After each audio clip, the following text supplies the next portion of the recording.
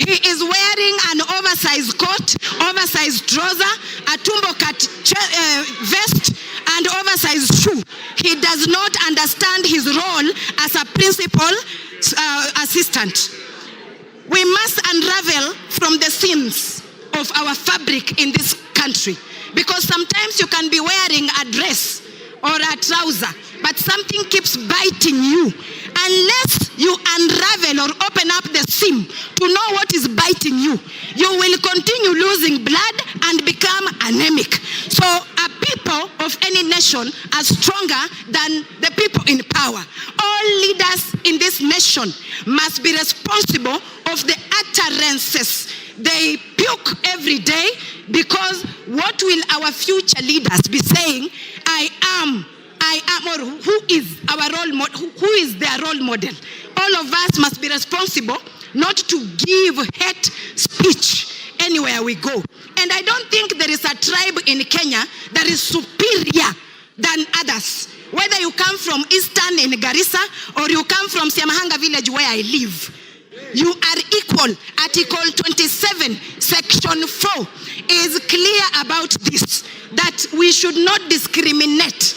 When I hear a widow in Mount Kenya being tortured, being snatched property by the deputy president, whether she is Kikuyu and she's a widow, she is representing all the widows in Kenya.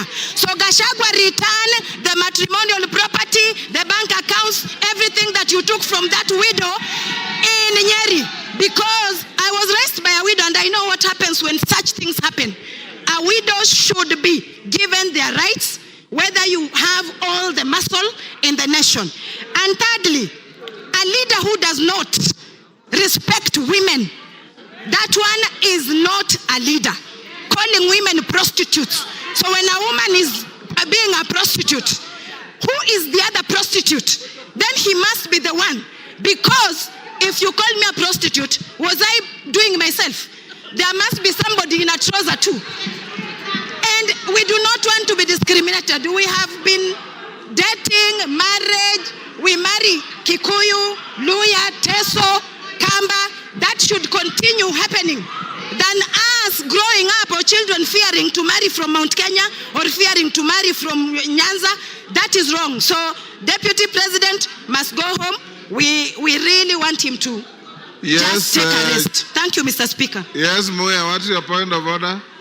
Speaker, I'm standing on standing order number 91 on matters of facts and substantiating what the member is speaking of. The issue of Malaya have been adversely mentioned in this house. Have you as the speaker received anything to substantiate? Honorable Speaker, it is on record that the deputy speaker, the deputy president has been crossing the whole country campaigning for the same women, especially in Mount Kenya where he was assigned. So it is unfair that members can continue repeating. You cannot substantiate, and there is no evidence. You've made your point. Honorable members, order. Take your seat. Honorable members, I want, with your concurrence, to reduce the time of the speakers to 2 minutes. Is that agreed? Is that agreed? For the purpose of the record, I'll put the question that we reduce time for speakers from 5 minutes to 2 minutes. As many as of that opinion say aye. Will those of the contrary opinion say nay? The ayes have it. Didymus, 2 minutes. Mr. Speaker, I want to be very clear that I support this impeachment motion. I say so because Kenya, we have more than 42 tribes. And it was never our permission to decide which tribe you belong to, Honorable Speaker. And we want every part of our country to feel part and parcel or properly represented by our Deputy President. The continued dividing of our country in shares, Honorable Speaker, in terms of how many votes that a particular area voted for the government, Mr. Speaker, it is making parts of this country feel like they're not part of this country.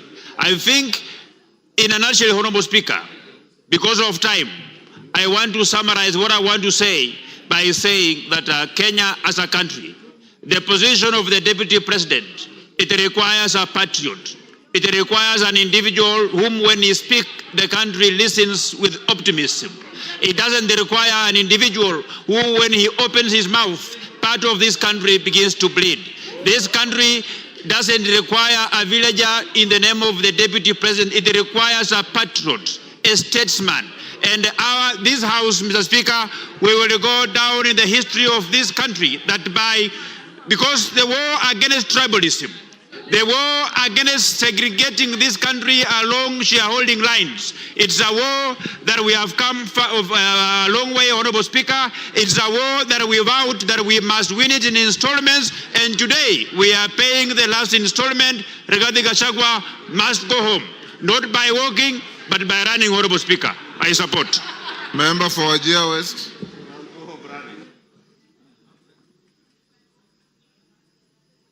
Please here. Thank you, Mr. Speaker, for giving me this opportunity. First, I rise, Mr. Speaker, reluctantly but firmly in support of all the articles of this motion. Mr. Speaker, I say reluctantly because of the following reasons. Normally, Mr. Speaker, as a Muslim leader, I don't rush to support this grave matter like this, to remove the Deputy President of the Republic of Kenya from office after just 2 years of election. But because of the conduct, the behavior of the Deputy President of this country, Mr. Speaker, I have no option but to support this motion.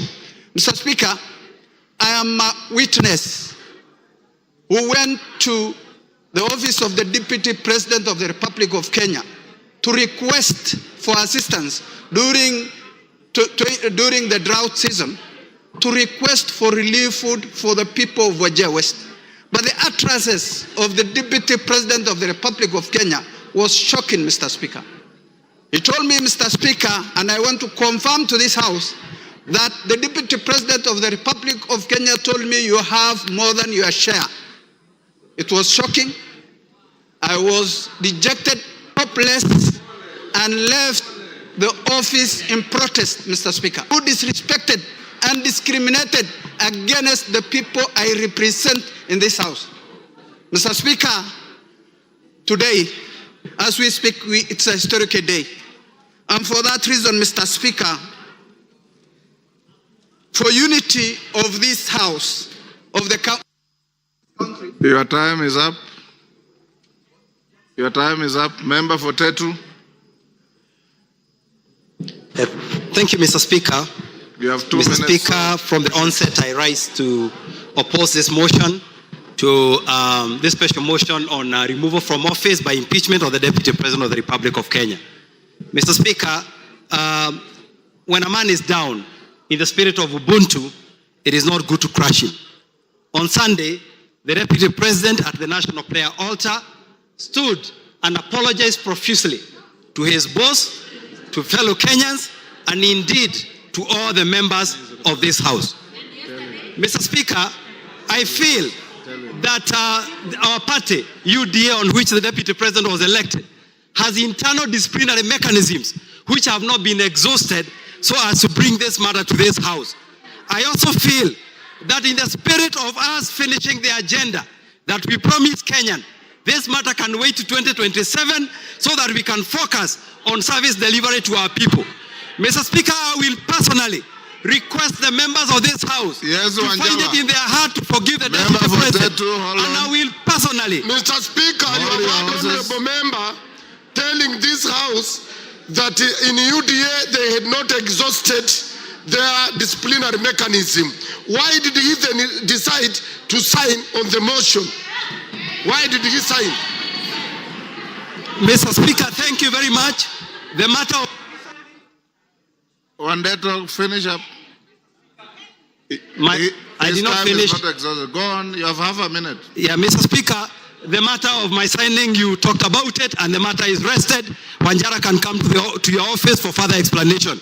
Mr. Speaker, I personally would like to volunteer to lead other leaders in this country, elders, bishops, to ensure that we sit down with the Deputy President, so that if there are any issues that he needs to correct, if there are any issues that he needs to align, he can align so that himself can continue serving the people of this country. He has some good in himself, and that good needs to be preserved so that he can finish his work. So, Mr. Speaker, I rise to oppose. Thank you. Umi.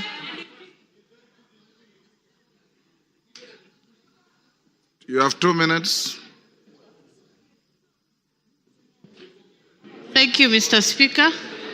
I rise to support the motion of impeachment because of many reasons. Mr. Speaker, as a young person and as a representative of the House for the Youth, I wonder how many young people of this country can walk into a bank and access a loan of 600 million shillings without any guarantees of any sort. Mr. Speaker, this is a representation of impunity. The Deputy President stood before the media yesterday as a national leader to defend his children. I respect that he stood to defend his children, but how many children of this country has he given a chance for them to access the same benefits? Myself included, I cannot access a loan of that amount of money. Mr. Speaker, this impeachment motion is not just an impeachment because of difference of ideology, but it will be a symbol of democracy for our country, that people who abuse their powers can go home, regardless of whatever position they hold. Mr. Speaker, I come from Garissa County.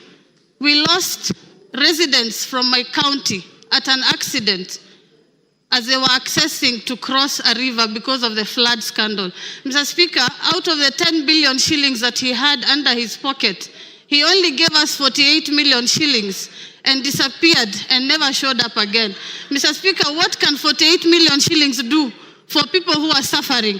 Mr. Speaker, he did not even step in Wajir and Mandera. This is a deputy president of the whole country. I support the impeachment. He must go home and create a room for other people to get to that position. Maybe it's time for other regions to be deputies so that we can get the same benefits. Mr. Speaker, I can even do a good job myself. Mr. Speaker. Your time is up, Jen Kagiri.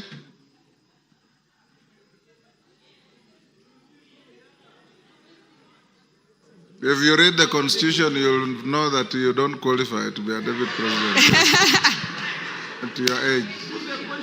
Jen Kagiri. Thank you, Honorable Speaker, for giving me this opportunity to contribute to this motion. Honorable Speaker, when I was elected in the year 2022, in the month of August, I was a very grateful person to God, and I knew my work was to serve the people of Laikipia County. A county that is cosmopolitan, that has Pokot, that has Turkanas, that has Maasais, that has Samburus, that has the Muslims, it has the Somalis, and all these people, inclusive of the Kikuyus, came together and gave me their votes. That is what comprises of Laikipia County. Honorable Speaker, the point at which I differed with His Excellency the Deputy President is when he started talking about Mlima. I realized Laikipia County is not Mlima after all, because Mlima, people have running water from taps. In Mlima, people have tarmac roads. In Mlima, people don't suffer human-wildlife conflicts. But in Laikipia County, we have all those challenges. So, Honorable Speaker, that was the first point where we differed. The second point, Your Honorable Speaker, is when there was the talk of 1 man, 1 shilling, 1 vote. In Laikipia County, we are among the counties that have the least population. When you talk of 1 man, 1 shilling, 1 vote, it means you're talking of reduction on resources for my people. That one I would not accept. Honorable Speaker, I remain a Kikuyu. But sadly, since our difference in opinion with His Excellency the Deputy President, I have been the poster girl of his intimidation, of his insults, of his blackmail, of his coercion, telling me that I should not engage the national government, that I should not follow up for resources for my people. Honorable Speaker, once in a while, a generation is called upon to stand for something. Today, I stand for an end to insult, a respect to the dignity of leaders, a respect to my people, Honorable Speaker. Give her a minute.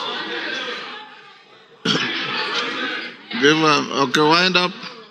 Honorable Speaker, in my conclusion, I must state, many people have called us traitors, have assumed money has been received for this action. But Honorable Speaker, I want to make it very clear. I need no money for the restoration of dignity in this house. I need no money for the restoration of respect to women in this house. I need no money for resources to reach my people of Laikipia County. Honorable Speaker, I submit and I support. Thank you. Oundo.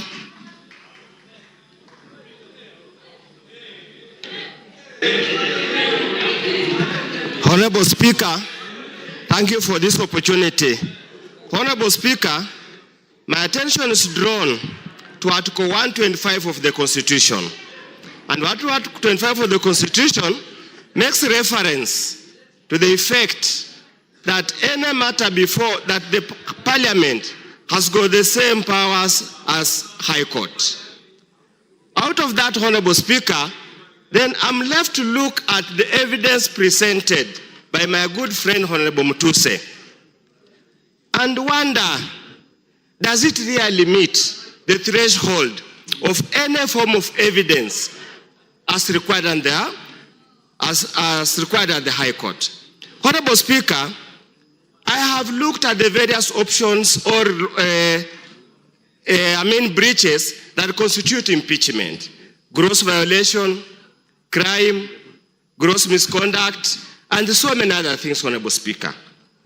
I'm at pain, Honorable Speaker, going through this to find anything that has been proved beyond reasonable doubt to move this House, Honorable Speaker, to take such a drastic action.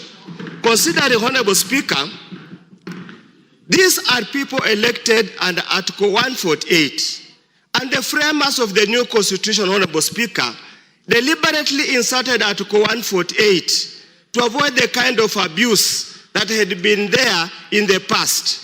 Honorable Speaker, if we get to this level, Honorable Speaker, if we get to this level, everybody will be left wondering, what is the role of Parliament in protecting the Constitution?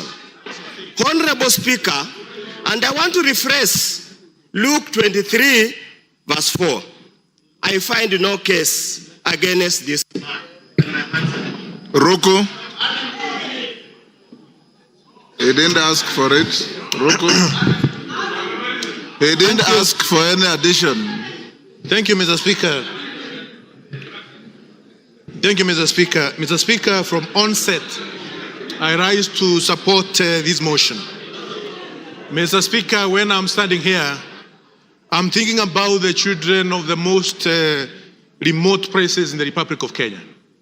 I'm thinking about the children in the remote places in Turkana, in Mandera, in Bere, very remote places, Mr. Speaker. It reminds me on Article 10 of our Constitution, which talks about the national values and principles of governance. And one of the principles which is enshrined in our Constitution, Mr. Speaker, is protection of the marginalized. We have seen the Deputy President of the Republic of Kenya, who in many occasions has forgotten that he represents even the most marginalized places, corners of our country. That the numbers of these small communities in the Republic, they have the right, just like any other big community in our Republic. We have seen the smirk, the arrogance, the contempt which the Deputy President of the Republic has to the minority groups in the Republic of Kenya. And coming from a marginalized community, a community which has been marginalized from 1963, Mr. Speaker, I want to state here and now that it's high time we sanitize the office of the Deputy President. Mr. Speaker, last week on Sunday, I was in... Your time is up. In Narok. Your time is up. Irene Mayaka. Thank you, Honorable Speaker. Honorable Speaker, I also stand to support the motion by my good brother, the Honorable Mutuse, in impeaching the person of the Deputy President of Kenya. Honorable Speaker, under unwarranted discrimination in contravention of Article 27, Part 3 and 4 of the Constitution, the Deputy President has in so many occasions expressed that he only considers people, he considers shareholders. Honorable Speaker, on the 2 occasions that the Deputy President came to Gusiland, on the first occasion while addressing leaders, he told us that the reason why, as Kisses, we should not demand for more things from the government is because we always vote for Mutu wa kitendawili, to quote him. On the second occasion, the Honorable Deputy President told us that siku hizi wa Kisii tumejaa jela kushinda wa Kikuyu. I'm wondering, Honorable Speaker, when did he do the statistics to note that sisi kama wa Kisii, we are the most criminals in this country? And Honorable Speaker, as I finish, I just want to remind the Deputy President, yesterday he spent a lot of time reminding us that he is an orphan, and yet he forgot that there is one orphan that the Deputy President kept saying that he has put for him mitego in State House. The Honorable Deputy President forgets that even the Right Honorable Raila Amolo Odinga is an orphan. Why did he forget that he was putting for him mitego? I just want to tell the Deputy President that because of the utterances that you make against people of Kenya, you must go, and you will go home. I thank you. Malulu Njendi. Thank you, Mr. Speaker. I arise to support this motion strongly. Mr. Speaker, this country has once suffered tribal clashes. Mr. Speaker, the Deputy President has been always talking about Central Kenya, Mlima, etc., etc.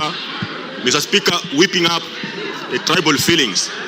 Mr. Speaker, if we allow the Deputy President to continue holding that particular position in the country, Mr. Speaker, what will happen in this country is that most of these other tribes will feel domination of this particular community, will feel intimidation by this community, and they will rise up, gang up against the community of Central Kenya, not because they are liking it, but because of his sentiments and because of what he speaks. Mr. Speaker, this person has been in office for 2 years, but he appears not to have had the conscience to know the kind of office he's holding, and that's why he speaks the way he speaks of regions. Mr. Speaker, I wonder how. Order, honorable members, order. I wonder how a person holding that kind of office can keep on talking of Weka Miteko State House for people who did not vote for this government, not to enter, not to access. Mr. Speaker, because of Kuweka Miteko, kila mahali kwa kona State House has affected some of us when he was still very active in State House, blocking us from accessing State House. Mr. Speaker, the whole issue of shares, I want to tell people from Western Kenya, we are suffering from this because of his input and insisting, embarrassing the president. When he wants to help persons from West Kenya, he says those people don't deserve to have the share they're having in the government. Thank you, Mr. Speaker, I support. Robert Mbui. Robert Mbui. Yeah, thank you, Mr. Speaker. Being in leadership, I'll give you 5 minutes. Thank you very much, Mr. Speaker. Thank you very much. Mr. Speaker, I've noticed, listening to the arguments that have been passed here this afternoon, and also earlier in the morning, I've noticed that it's getting a little personal, and I'm feeling a little jittery, because I know the subject matter is a person who is a family man with a wife and children, and friends and relatives, and they're all listening. So I think maybe I will start by reading the Bible so that we can bring down the temperatures. Ephesians chapter 4, verse 32 says, "Be kind, compassionate, and forgiving to each other in the same way God forgave you in Christ." Now, verse 31, Mr. Speaker, says, "Put aside all bitterness, losing your temper, anger, shouting, and slander, along with every other evil." Mr. Speaker, as a member of Azimio la Umoja One Kenya, I didn't believe in the leadership of Kenya Kwanza. I opposed it from the beginning. Mr. Speaker, I am vindicated now because I can tell the people of Kadhiani that I said that this government is rudderless, is leaderless, is planless. And Mr. Speaker, is also merciless, because within a very short time, the center can no longer hold. Mr. Speaker, Former Senator, now Governor James Orengo, famously said in Senate that governments eat their own people. Former leader of majority of the National Assembly, Duale, was eaten by his government. Today is a CS. Former Deputy Speaker of the Senate, Kithure Kindiki, was eaten by his government. Now he's also a CS. Former Chair of Budget of this National Assembly was eaten by his government. Today is the majority leader. I don't know. We are now eating Rigiji. Where will he end up? Mr. Speaker, I have an issue of concern, Mr. Speaker. Yes, majority leader. Honorable Speaker, is a deputy leader of minority to assert that I was eaten by my own government, Honorable Speaker, whereas he knows I was never eaten by any government. I only stood firm against tyranny.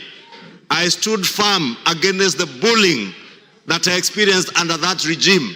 The same bullying I have stood firm against a deputy president today who has been bullying members of parliament. And I have only put my chest forward to defend the rights of all these members, including the Honorable Robert Mbui, who was Honorable Speaker, when the Deputy President visited Kathiani. He said to the Honorable Mbui that these Kambas are too few. They can never make a president. Kalonzo can never be anything. How can you defend a person who has disdain for Kalonzo Musyoka, a former vice president of this country? Mbui. Robert Mbui. Thank you, Mr. Speaker. You know, I love the passion and the humor in the majority leader. But Mr. Speaker, I'm also impressed by the energy that I've seen in this house. The vigor, the passion from morning. I mean, it is a first bill, or rather it's a first motion where this house has gone up to public participation in the constituencies. Mr. Speaker, I only wish that the energy that we are expending here to send a question to all Kenyans about one individual was being used to fight the issues that are failing us in our education, in our health sector.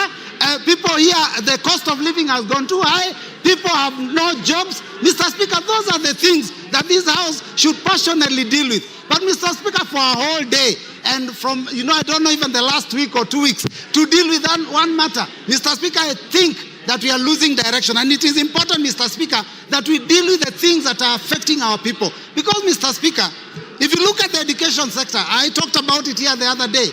We don't even have classes for grade 9 going into JSS. Mr. Speaker, the funding model for university has failed. Mr. Speaker, the insurance sector, NHIF, is having a problem, Mr. Speaker. How then do we spend taxpayers' money and time to come and deal with a matter of one single individual, Mr. Speaker?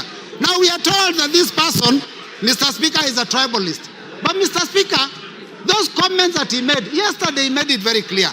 And I was shocked. I was very shocked, Mr. Speaker, yesterday, to realize that in fact Kenya Kwanza was actually a company that is limited by shares and that people negotiated shares for themselves. The mover of the motion is a member of MCCP. MCCP negotiated shares for Lower Eastern. Mr. Speaker, because we had 2 cabinet secretaries in this government. Now, Mr. Speaker, we only have 1. And I'm telling you, Mr. Speaker, actions speak louder than words. The Deputy President may have said that he is a shareholder and there are issues about his community, but if you look at the appointments that are being made in Kenya, then you will realize that the person of the President himself is the one who is the biggest tribalist, Mr. Speaker, because he's appointing people from his own community for every position. Mr. Speaker, if we have to find a situation where a school has failed, you do not fire the deputy principal. You get rid of the principal. Our problem is not the deputy, it is the head. Yes, Farah. Thank you, Mr. Yes, Farah. Mr. Speaker, I was standing. Mr. Speaker. Order. Mr. Speaker. Robert Mbui, you are normally more decent than that. This is a house of... Mr. Speaker, protect me. Mr. Speaker, my point of order is this. This is a house of rules. This is a law-making body. This is the place where our constitution itself was passed. You cannot bring, talk about a president or even any other head of state of a friendly country without bringing a substantive motion. So you cannot discuss the conduct of the president. And by the way, I want to correct you. You might... Point is out of order. Your point of saying that governments eat their... Take your seat is out of order. Kahangara? Yes, use my...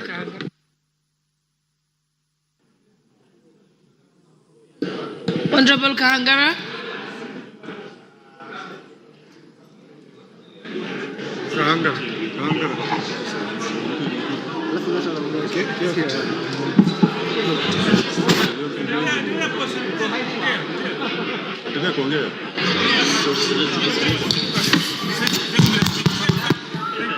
Thank you, Madam Speaker. Hold on a second, they're going to put for you the mic. Clerk, just say, yes, I can see the mic. Take the one next to Mheshimiwa Fulamu. Take that one, yes.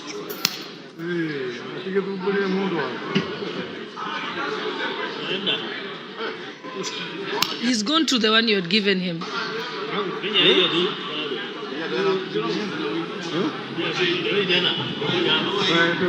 Okay, thank you very much, Madam Speaker, for giving me an opportunity to contribute to this motion. And I want to say that from the onset, I am in support of the motion, the special motion for the impeachment of the Deputy President of the Republic of Kenya. Madam Speaker, let me say that this country, Kenya, is a country that is is led by a constitution, by laws, and a country that is led by of democracy. In this country, Mr. Speaker, every 5 years Kenyans go to elections to elect their leaders, and after elections, for people to assume office, they take an oath of office where they say that they are going to respect the constitution, they are going to protect the constitution of this country.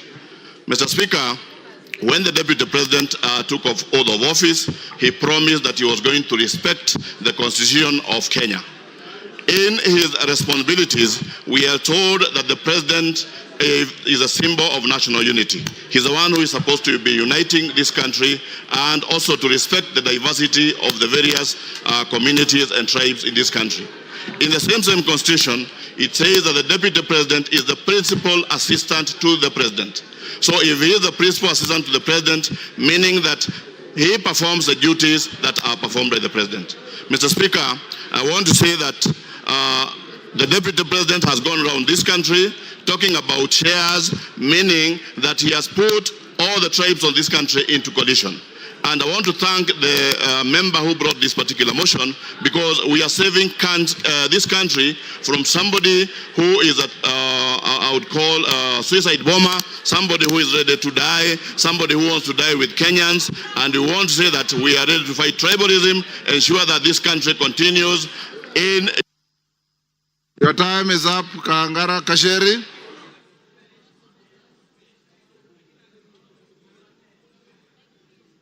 Give Honorable Njeri the mic.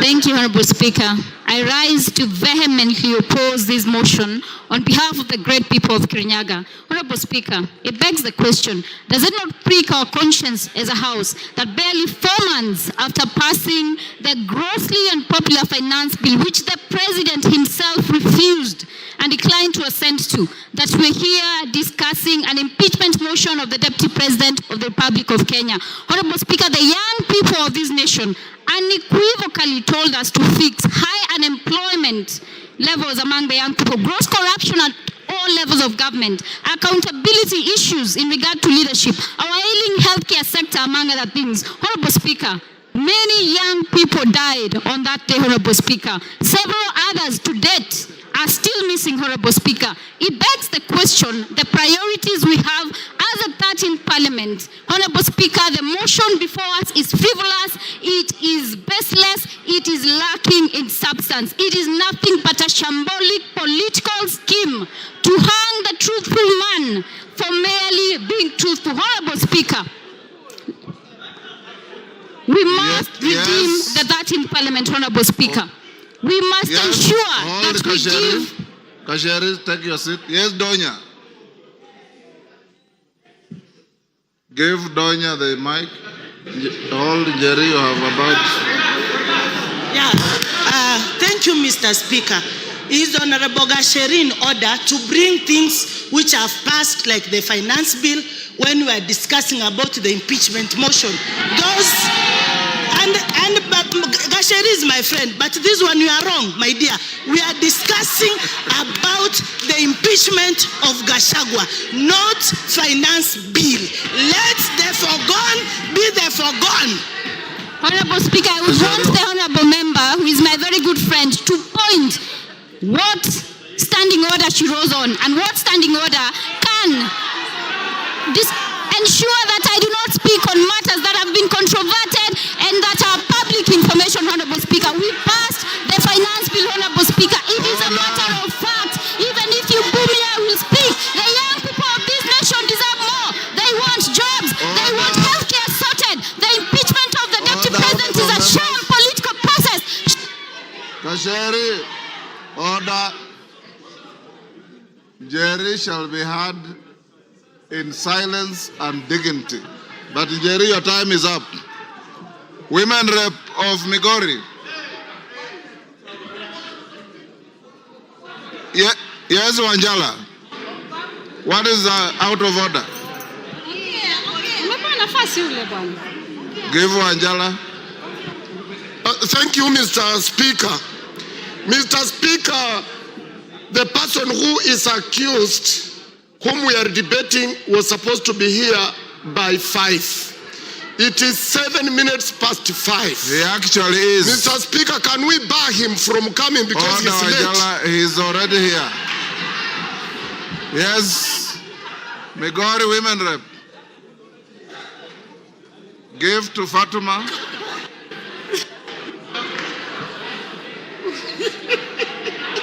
Yes. I look for you to speak. You had gone out. Thank you, Honorable Speaker. Thank you, Honorable Speaker. Kindly protect me, Mr. Speaker. I can't be heard, Mr. Speaker. Order. Thank you, Mr. Speaker. Order. Excuse me, Honorable Member. Please give me time to speak. Mr. Speaker, thank you for the opportunity you have given me. And as I stand here as a Muslim, I don't know when I'll die. In case I die before the impeachment time, I vote yes, Gachagua must go. Mr. Speaker, I will take you to the Bible, Proverbs 23, 10 verse 11. And it says, please keep quiet. And it says, don't move an old stone that marks a border, and don't take fields that belong to the orphans. God, their defender, is strong. He will take their side against you. I want Gachagua to know, the former Deputy President of Kenya should know, that when you touch anything of the orphans, it is not Kenya Kwanza, it is not Azimio, but it is God Almighty that will pull the fire on you. I will return to the Quran. The Holy Quran in Surah An-Nisa said, surely those who eat up property of the orphans unjustly, they only eat fire into their bellies, and soon they will enter a blazing fire. I am telling the former Deputy President of Kenya that you have eaten fire into your belly, and the fire will surely burn you. Mr. Speaker, as I finish, Mr. Speaker, I have heard that the Deputy President has 21 lawyers. How much does the Deputy President earn to have 21 lawyers? And I understand each lawyer is paid 10 million. And I'm telling Kenyans, it is your taxpayers' money. Your time is up. Rueda. Honorable members, we are coming to an end. Order, honorable members. I've given the floor to member for Lamu East. Asante Bwana Spika. Bwana Spika, umoja wa taifa ni muhimu sana, na vile ilivyofanyika na naibu wa rais ilionekana kwamba hakuna umoja. Nataka ieleweke kwamba watu wa mlima wanaishi sehemu zingine. Kule kwangu Kiunga niko na watu wa mlima, na kile wanachoona zaidi ni sand dunes. Hawaoni mlima, wanaona bahari. Nataka niseme ile kuzungumzia kuhusu NIS ilikuwa ni grave mistake. Wamekosea sana. Afadhali angetaja Nurdin kama ako na shida naye kuliko institution ya NIS. Ni kutufanya sisi tukae dhaifu katika maadui zetu. Kwa mfano Al-Shabaab wataona vipi sisi kama tuko weak. Ingine nasema, ukiwa unatukana mwanamke, na tena hii ikuwe kwa mtu yoyote, yule anatukana mwanamke ajue mwanamume yote anatukana mwanamke, mashimo yako 7 kwa kila mtu alioumbwa. Wanaume wanayo, wanawake wanayo. Kama ni malaya basi ni wote wanaweza kutumia kwa malaya. Hii jina ya malaya nimechoka kusikia. Ingine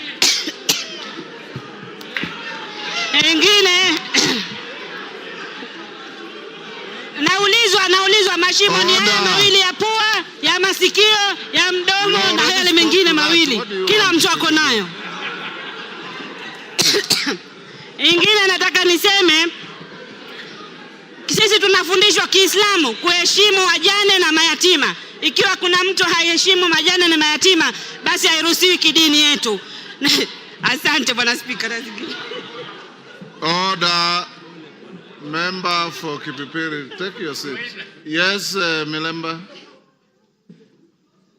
Honorable Speaker, thank you for this. The mood in the House is such that it's already 5. And Honorable Speaker, it's my plea to you that the country is waiting. We move to the next stage so that we may hear the Deputy President speak. Remember, this is a motion which has timelines. Thank you, Honorable Speaker. Order, members. If you listen to the Speaker, when I called out member for Lamu East, I said she was going to be the last one on this. So she is indeed the last one on this. The interaction on the motion. Order. Order, members. The interaction of members on the motion has been very, very intense.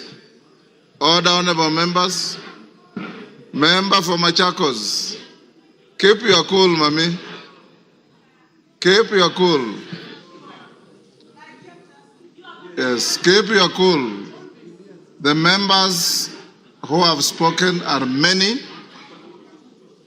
It is not possible for each and every one of us to speak on the same motion.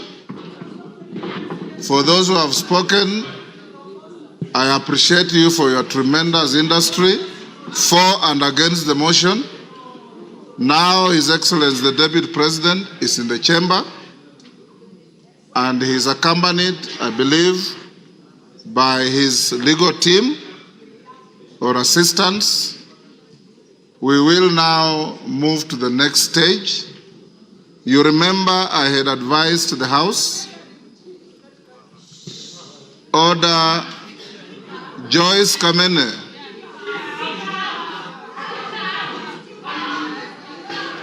This is not a moment where the Speaker can exercise the option to exclude you from proceedings, but I know you differently. You are normally a very dignified person. I don't know what is the problem today. I want to urge the House that as we move to this stage, you remember we said at 5, the Deputy President had been assigned 2 hours in accordance with the standing orders. The standing orders say not more than 2 hours. So he may exercise to spend the 2 hours or less as he wishes. Secondly, once he finishes, then the minority leader, majority leader will take the floor as we had agreed. After that, then the mover will be invited to reply. And after that, you will go into a voting session. Your Excellency, once you finish, you have the option to remain in the House or to leave because you'll have spent your time as allocated by the House. I want to encourage you members to maintain your silence, to maintain your decorum, and to maintain the dignity of both the House and yourselves in listening to the subject to this motion, who is the Deputy President of the country. And I invite you, Your Excellency, you have a choice. You have a choice between speaking yourself or speaking through your legal counsel. Yes, Kamket, what is out of order? Your Excellency, you may take your seat. Let us hear him. Mr. Speaker, while I did not want to interrupt His Excellency the Deputy President, who is my brother-in-law, Mr. Speaker, yesterday the Deputy President on national television referred to this House in unpalatable terms. And Mr. Speaker, while it is his right to say whatever he wants to say, as a former member himself, Mr. Speaker, would I be in order, Mr. Speaker, that the Deputy President, as a precursor to his speech, apologizes to this House? Mr. Speaker, this House, Mr. Speaker, he used the words, he referred to this House as a theater of the absurd. Mr. Speaker, this House is an honorable House of the people of Kenya. These are elected members of Parliament, Mr. Speaker. This House is neither a theater, neither is there absurdity in this House, Mr. Speaker. So I would request, Mr. Speaker, that the Honorable Deputy President exercises, dignifies this House by offering an apology. I know he has very little support in this House now. You've made your point. But he may get a little support even just from that apology. He has to apologize to this House, Mr. Speaker, before he proceeds with his speech, Mr. Speaker. Thank you very much. Order. No more points of order. Your Excellency, Deputy President, as you take the floor, this morning, the Speaker made a communication and indicated that we found it abhorrent some of the contents of your interview your speech, your statement last evening, in which you described this House in not very good terms. We also indicated that the rules of this House preclude matters pending before the House from being conversed in other fora, particularly by members of the House, and to an extent of broad interpretation of the standing orders, a person who is subject to the motion going on in the House. It is spilled milk, it's water under the bridge. You said what you said, but it is only fair that, being an immediate former member of this House, that you exercise your conscience to hold as to whether this is a theater of the absurd or is an honorable National Assembly of the Republic of Kenya. You may start by addressing that. Thank you very much, Honorable Speaker. And thank you, the honorable members present, for according me this opportunity to prosecute the matter before us. Mr. Speaker, sir, I have tremendous respect for this great institution, having served here for 5 years between 2017 and 2022, and I appear here in a very nostalgic moment that I'm back in the House where I stayed for 5 years. despite the fact that I've come under difficult circumstances. Mr. Speaker,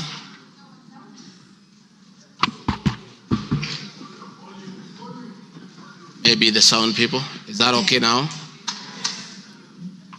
Mr. Speaker, sir, and the honorable members, I want to thank you for giving me opportunity. I hope, Your Excellency, you have been advised by your lawyers that you are here to respond to specific issues in the motion. I have my advice. And not to talk generally. I know. Yeah, so rules of relevance will still apply to you as they apply to all members.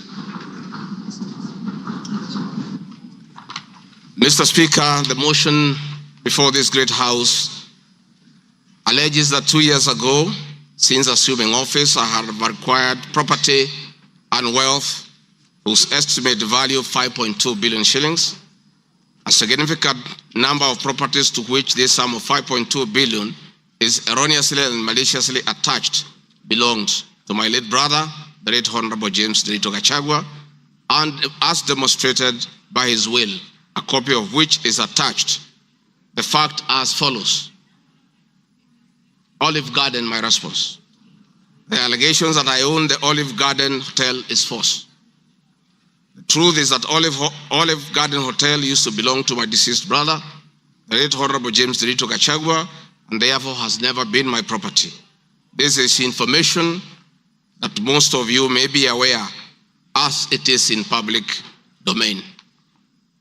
Upon his demise, my late brother left a will in which, in his recognition that I can take care of his family, he appointed me as one of the executors of his estate.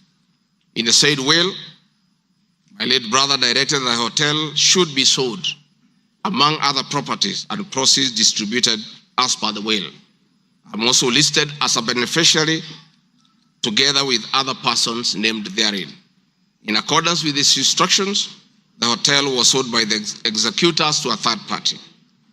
Owing to the above, I do not own the hotel and have never owned it contrary to accusation in the motion.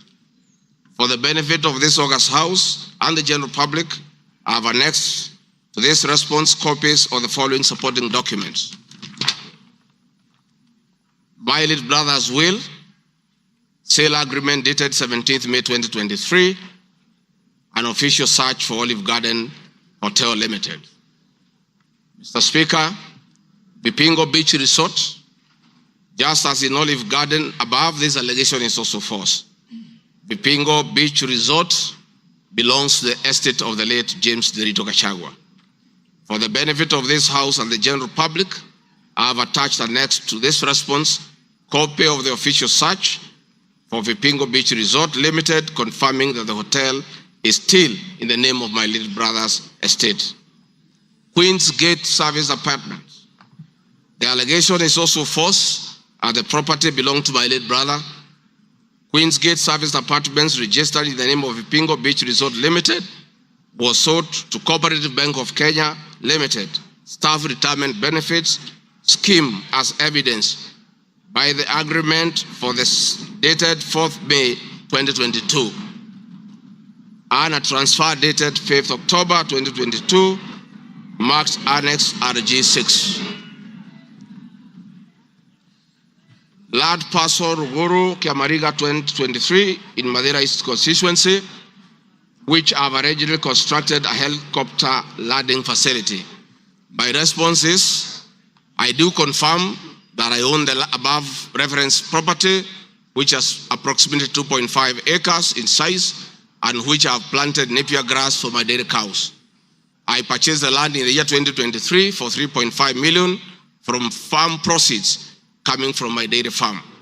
I have read through the motion and there is no iota of evidence adduced of the impropriety in the way I acquired this small property.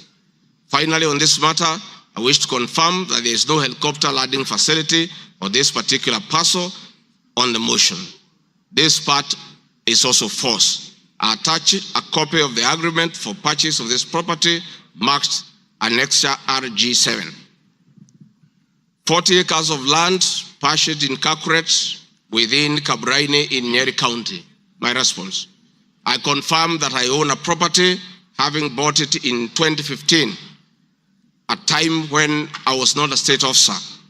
I had not even been elected as Member of Parliament from the Honorable Njoroge Wainaina, Member of Parliament for Kenny, who is present in this house. Or I'm not sure whether he's present. Therefore, this property I purchased 10 years ago, and not 2 years ago during my tenure as Deputy President, and as indicated in the motion, the allegation is false. I have read through the motion and there is no iota of evidence adduced of any impropriety in the way I acquired this property. For the benefit of this August House and the general public, I have annexed to this response copy of the agreement for sale and purchase of this property marked as Annexure RG8. 80 acres of land in Meru County. For the record, I wish to confirm that I do not own 80 acres of land in Meru. This allegation is false. However, in the spirit of full disclosure, I would like to confirm that I have purchased 29 acres of land in Meru, the land of my mother, which I bought on around 9 February 2024 through a loan granted to me by Solution Circle Limited, which I am a member. This said circle has a charge registered against the title, which it continues to hold as security until I fully repay the loan. For the benefit of the August House and the general public, I have annexed to this response copies of the agreement of sale marked RG9 and a letter dated 15 July 2024 from Solution Circle Limited confirming that they financed the purchase of the property marked Annexure RG10. Dairy farm in Nyandarua County. My response is I do not have a dairy farm in Nyandarua County, therefore this allegation is false. The land in Nyandarua has no single animal. Companies. The motion alleges there are 22 companies owned by my family members and which have been used to massively launder money and conceal proceeds of crime, corruption, and benefit from influence peddling. My response is the mover of the motion has listed the 22 companies associated with me and has alleged that they have been used to massively launder money and conceal proceeds of crime, corruption, and benefit from influence peddling. I've carefully gone through the motion and have not seen any evidence to support or prove the allegations therein. It is not clear to me how to respond without having seen any evidence incriminating the companies. I would like to be clear that these companies have not been involved in any illegal activities, and I believe that is why the mover of the motion has not tabled any evidence of impropriety with respect to the companies. It does appear to me that the mover of the motion was so meticulous to get all the companies associated with me and my family. And I believe that if he also had evidence of illegalities committed by the companies, he would have shared or tabled that for the record. However, it is not possible to get evidence of illegality where there is none. Having said the above, allow me just to mention a few companies because there are many. Regarding Gachagua Foundation, this is a foundation I incorporated in 2022, and I clarify that the foundation is a non-profit making entity with the sole objective of uplifting the lives of less privileged in society. This foundation therefore does not trade, and honorable members, you are aware that by law, a foundation cannot be used to trade. Since incorporation, the foundation has received a total of 12 million shillings, which has been utilized as per the schedule marked Annexure RG11, which is paying school fees for children in Pwani University and other universities across the country.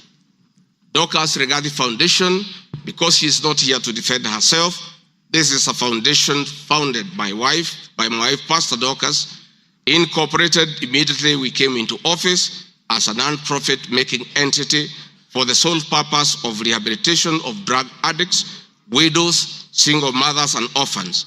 A brief write-up of this foundation, together with its achievements, is annexed herewith as Annexure RG12. It is in public domain that Pastor Dorcas have been around the country doing work of rehabilitating drug addicts and helping others who have challenges. There are many other companies that are here, but I don't, because this is a house of record, I don't want to bother the members of parliament of going through all of them. I want to probably only talk about Wamunyoro Investments Limited, named after my village in Wamunyoro. This company was incorporated 21 years ago before I became deputy president, and it's a company that holds family property. Mr. Speaker, sir, I've been accused of exerting influence on officials in the Ministry of Lands to issue an allotment letter to Wamunyoro Investments Limited and using the fraudulently acquired documents in support of a court case. My response, Mr. Speaker, sir, and honorable members, I wish to confirm that Wamunyoro Investments Limited has never been issued with any letter of allotment for land in Embakasi. Wamunyoro Investments Limited purchased this land from a third party in the year 2012. The company's ownership of this property has been confirmed through two legal processes. One, a case was filed before the National Land Commission in the year 2016, adjudicated, and a determination was made that this property belongs to Wamunyoro Investments Limited. That was long before I became the Deputy President of the Republic of Kenya. Again, a matter was filed in High Court, case ELC, case number E242 of 2022, which was filed before I became Deputy President. All the documents filed in support of this case were filed in court before I became Deputy President, and no documents have been filed by myself in court upon becoming Deputy President. This being the case, it is not true that I have used my office as Deputy President to manufacture documents filed in this matter. The High Court found that this land legally belongs to Wamunyoro Investment Limited and issued the appropriate direction. This matter has since been challenged in the Court of Appeal. I invite any honorable member who may want to be enjoined in this case to have the liberty to do so. Mr. Speaker, sir, I have been accused in the irregular procurement of mosquito nets at a cost of 3.7 billion. In response to paragraph 45 of ground 7 at page 23 and 42, paragraph 78 and ground 11 and page 36, 37 or 42 of the impeachment motion, I wish to respond as follows. It is not true, as claimed in paragraph 3 of the witness affidavit of Andrew Molwa, that I was involved in the KEMSA 3.7 billion irregular procurement of malaria nets, either directly or through proxy. Further, Shobika Impacts Limited was not awarded the subject tender as the acting director of procurement, Dr. Justice Kinoti, by letter 5th May 2023, formally notified Shobika Impacts Limited that its bid was unsuccessful because its tender security was not paginated and the tender was hence non-responsive. That is clear at paragraph 4 of the witness affidavit of Andrew Molwa. He contradicts himself by claiming that on 11 July 2023, I pressured him to surrender the original bid board, yet by the letter dated 5th May 2023, KEMSA had requested for collection of the original bid. Thus, there was no cause to pressure to be exerted on Mr. Molwa for any other purpose. I am aware of a foreign company known as Shobika Impacts Private Limited, domiciled in India, and which appointed Crystal Kenya Limited as its local agent in the year 2014, that is 8 years before Gachagua became the deputy president. To date, Crystal Kenya Limited has complied with the agency terms between itself and Shobika Impacts Private Limited, annexed hereto and marked as Annex RG18 in an appointment agency letter by Shobika Impacts Limited in the year 2014. Sometime in 2023, Kenya Medical Supplies Authority advertised tender number GF-ATM MOL NFM 2022-2023 for supply of long-lasting insecticidal nets using the international open tendering method of procurement on behalf of Manis. For supply of the nets, as per my understanding, was a pure grant from the Global Fund. I am aware that Shobika Impacts Limited still participates in doing business with and has not been debarred by the Global Fund to date. I believe being technically qualified to provide and deliver the goods subject of the tender document having the financial ability to do so, and without their participation or assistance from Crystal Kenya Limited, Shobika Impex Private Limited independently participated and submitted in its bid in response to the subject tender pursuant to an invitation by KEMSA. Having not participated in the subject tender, Crystal Kenya Limited did not submit any of the documents in response to the subject tender. Specifically, Crystal Kenya Limited did not submit a bid board or tender security in its name in response to the subject tender. It is therefore not true that Crystal Kenya submitted a fake bid board with an intention to fraudulently acquire public property. It is also not true that with my sons I used Crystal Kenya to massively launder money, conceal proceeds of crime, engage in corruption, and benefit from influence peddling. Subsequently, by the letter 5th May 2023, KEMSA notified Shobika Impex Limited that it was not successful because the tender security was not paginated, and requested Shobika Impex Private Limited to collect its bid security from the procurement office immediately. Annexed here to and marked Annexure RG19 is a said letter by KEMSA dated 5th May 2023.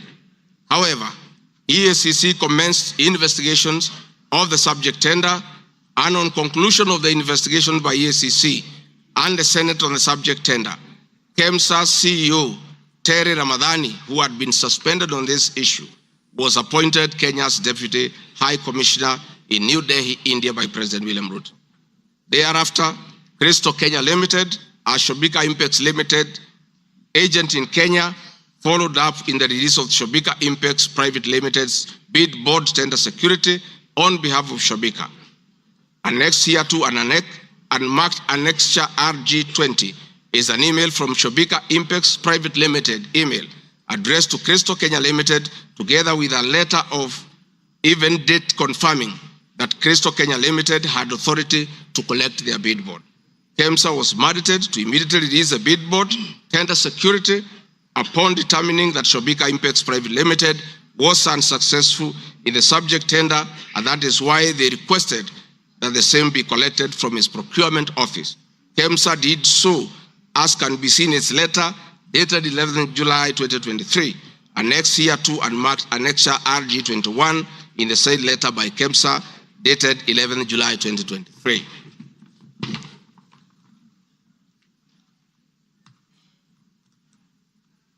Mr. Speaker, noting that Shobika Impex Private Limited was not successful, it did not supply any goods and it did not receive any public funds in payment thereof with respect to the subject tender. Accordingly, I have not committed any crime under Section 45(1), 46, 47(a)(3), and 48(1) of the Anti-Corruption and Economic Crimes Act, and Section 2, 3, 4, and 5 of the Proceeds of Crime and Anti-Money Laundering Act. Further, I have not breached Section 34 of the Leadership and Integrity Act, for I did not bully any state or public officer with respect to the subject tender, and specifically, no evidence has been tendered to support the allegation at paragraph 78C of ground 11 at page 37 or 42 of the motion, which alleges that I summoned procurement officers in ministries and institutions, instructing them to direct procurement of goods and services in a specific manner.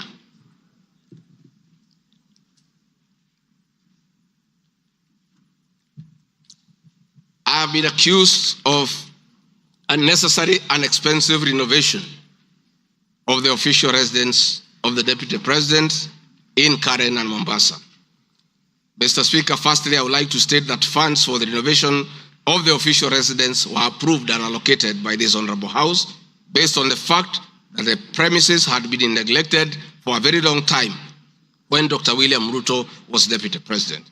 It cannot be fair that this House would proceed to impeach me because of an action that these honorable members have approved by way of appropriating monies for the renovations. Mr. Speaker, the contract for the refurbishment of the official residence of the Deputy President, dated 22nd December 2022, was signed by Honorable Katole Metito, the Controller of State House, Office of the President, and Agrobic Investment Limited that was awarded the tender, because the Controller of State House at that time was the accounting officer in charge of the Office of the Deputy President. The report of the Auditor General, Mrs.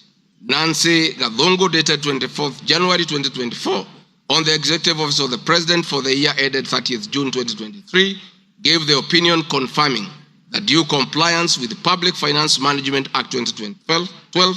The report is annexed herewith and marks as Annex RG 23. I would also like to add that the Deputy President, as Deputy President, I am not involved in procurement processes of my office, whether directly or indirectly. I would also like to state that I do not know the company, AgroPric Investments Limited, which undertook the renovations. I do not know the directors and the company. I did not participate in the tendering or supervising of the same. The motion dated 26 September 2024 alleges that on 29 January 2023, 45 million Kenya shillings was transferred to Bayani Enterprises Limited, which is alleged to be a special purpose vehicle used by me to siphon public funds. No evidence whatsoever is contained in the motion showing that the said company is in any way connected to me or that I have any beneficial interest in the said company, which I am neither a director or a shareholder. I categorically refute the allegation, which is false and unfounded. Mr. Speaker, I would also like to confirm that I'm not a director or a shareholder, directly or indirectly, of the company called AgroPric Investments Limited, and I do not know its shareholders or its directors. Mr. Speaker, there is an allegation of dubiously acquiring substantial portion of the sum of 100 million paid to Lusona Events Limited. My response, Mr. Speaker, is just like in the above other matter. I have read the motion and I would like to state that there is no evidence that this company is linked to me. I wish to categorically state that I have no beneficial interest in the said company and neither am I affiliated in any way to the directors and shareholders of the said company. I would also like to state that I'm not a director or a shareholder of the company and do not know its shareholders or its directors. I do not sit in a tendering committee.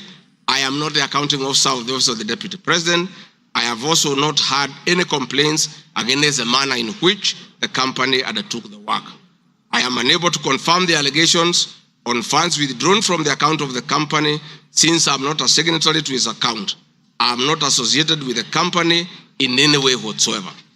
Mr. Speaker, the motion dated 26 September 2024 claims that I am reasonably suspected to be the principal beneficiary of the dubious transactions. However, Mr. Speaker, no evidence has been adduced or annexed to the motion to give credence to the allegations or suspicion. I categorically refute acquiring or benefiting from any funds paid to Lusona Events Limited, and therefore the allegation is false and unfounded. Mr. Speaker, I have been accused of siphoning money through St. Nicholas Rehabilitation and Industrial Training Institute Limited. My response, Mr. Speaker, is that the motion dated 26 September 2024 makes the claim that a payment of 21 million was made to a company called St. Nicholas Rehabilitation Center and Psychiatric Hospital.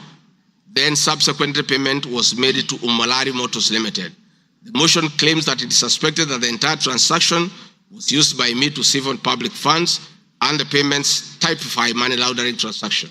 I am not a director or a shareholder of this company and I've never received any payments from this company. Similarly, I am not affiliated or related to the shareholders and directors of the two companies. No evidence has been annexed to the motion showing that I was a beneficiary of the funds paid as alleged. I wish to point out that I am not the accounting officer in the Office of the Deputy President and I am not aware that the payments made to this company by the office. The allegation is therefore false and unfounded. Mr. Speaker, there is an accusation of alleged sensational but false accusations against the Honorable Lady Justice Esther Maina. My response, Mr. Speaker, it is alleged in the special notice motion on ground 4 on page 14 at a gross violation of the Constitution that I publicly attacked the Honorable Lady Justice Esther Maina and forcefully threatened to bring action against her. First, Article 160, Sub-Article 5 of the Constitution provides that the judge cannot be found liable in a court of law for actions taken in good faith in lawful performance of their work. This provision is not a bar on freedom of expression guaranteed under Article 33 of the Constitution, nor a bar of the right to seek redress for legal wrongs simply because a wrong is committed by a judge. The exit multiple legal fora in which to take action against a judge for any actions that are not lawful. My statements were protected speech consequent to a decision by the learned judge in a matter involving my personal assets, which I disagreed with and found to be wholly unfair. The matter having been concluded at that stage, my criticism of the decision was not sub judice, nor in any manner prohibited by law. While I respected the ruling of the learned judge, I was in absolute disagreement with it. Contrary to the assertions in the special motion, I did not falsely threaten to bring action against the learned judge. I took actual legal action available to every citizen of Kenya under Article 160B, subsection 2 of the Constitution, which allows any person to petition the Judicial Service Commission for removal of any judge and filed a legal complaint before the Judicial Service Commission, JSC, in March 2024. The complaint being live before JSC, discussion of the conduct of the learned judge in the said manner here would be sub judice. A copy of the complaint is annexed herewith and marked Annexure RG 24.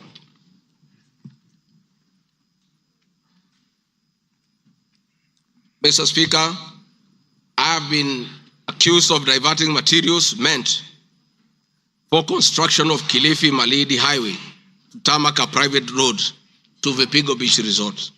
My response, Mr. Speaker, I reiterate that Vipingo Beach Resort is registered in the name of the estate of my late brother, Honorable James Gachagua. Number two, the facts are as follows. King Charles III visited Kenya between 30th October 2023 and 30th November 2024. During his state visit, one of the designated places where King Charles III was to visit was Kuruitu Marine Conservancy, which shares a road with Vipingo Beach Resort. I have annexed a copy of the program for the state visit to Kenya by King Charles III, marked as Annex RG 25, which at page 13 on items 63 and 64 shows his departure and arrival at Kuruitu Marine Conservancy. There are several media reports confirming the visit by King Charles III to Kuruitu Marine Conservancy. I have annexed extracts of the media reports by the Star newspaper dated 7 November and by African News marked as Annexure RG 26. My understanding is that the road to Kuruitu Marine Conservancy was upgraded in respect of this visit, which also to benefit the local community, including amenities like Cheriani Secondary School, Cheriani Primary School, a mosque and a public market as part of the corporate social responsibility. I wish to point out that the alleged road, that is Takaungu Shariani Vipingo, is a public road and not a private road leading to any property associated with the Deputy President, but a public road. Mr. Speaker, I have been accused of undermining the President and the Cabinet by allegedly making contradictory public statements from the position taken by Cabinet regarding the evacuation of the people residing along the Nairobi River. My response, Mr. Speaker, is that Article 147 of the Constitution provides that the Deputy President shall be the principal assistant of the President and shall deputize the President in execution of the President's functions. Article 28, which states that every person has inherent dignity and the right to have the dignity respected and protected. Article 29C, Mr. Speaker, states that every person has the right to freedom and security of the person, which includes the right not to be subjected to any form of violence from either public or private sources. Section 15G1 of the Land Act states that notwithstanding any provisions to the contrary in this act or in any other written law, all eviction shall be carried out in a strict accordance with the following procedures. Be preceded by proper identification of this taking part in the eviction or demolitions. Be preceded by the presentation of formal authorizations for action. C, where groups of people are involved, government officials or their representatives be present during an eviction. D, be carried out in a manner that respects the dignity, right to life and security of those affected. E, include special measures to ensure effective protection to groups of people who are vulnerable, such as women, children, the elderly, and persons with disabilities, including special measures to ensure that there is no arbitrary deprivation of property or possessions as a result of the eviction. This includes mechanisms to protect property and possessions left behind involuntarily from destruction, to respect the principles of necessity and proportionality during the use of force, and give the affected persons the first priority to demolish and salvage their property. Critically, our Constitution provides at 147(2) that first the Deputy President shall perform the functions conferred by this Constitution and any other functions assigned by the President. Pursuant to Article 3 of the Constitution, I, as well as every other citizen of Kenya, and state or public officers have an obligation to respect, uphold, and defend this Constitution in performing any of my functions. This, the national values and principles of governance contained in Article 10 of the Constitution, by those state organs, public officers, and all persons, including myself as Deputy President, wherever we make or implement public policy decisions. In addition to this matter, Mr. Speaker, these national values and procedures include the rule of law, democracy and participation of the people, human dignity, equity, social justice, inclusiveness, equality, human rights, non-discrimination, and protection of the marginalized. Adherence to these principles become extremely important when we as state officers are contemplating legal evacuation of citizens with a duty to avoid inhuman forced eviction that will be contrary to our Constitution and international law. While campaigning with President William Ruto, and subsequently when I was sworn in as Deputy President, the President and I promised as a key pillar of the Kenya Kwanza government that there will be no forced or unlawful evictions, and that all evictions will be human and entail legal compensation. Mr. Speaker, the Office of the Deputy President has undertaken extensive engagement with all parties in regard to cabinet decisions on eviction, which I fully support, including the Nairobi River, which is an entity under the Office of the Deputy President and the County Government of Nairobi. Adherence to these principles become extremely important when we, as state officers, are contemplating legal evacuation of citizens with a duty to avoid inhuman forced evictions that will be contrary to our Constitution and international law.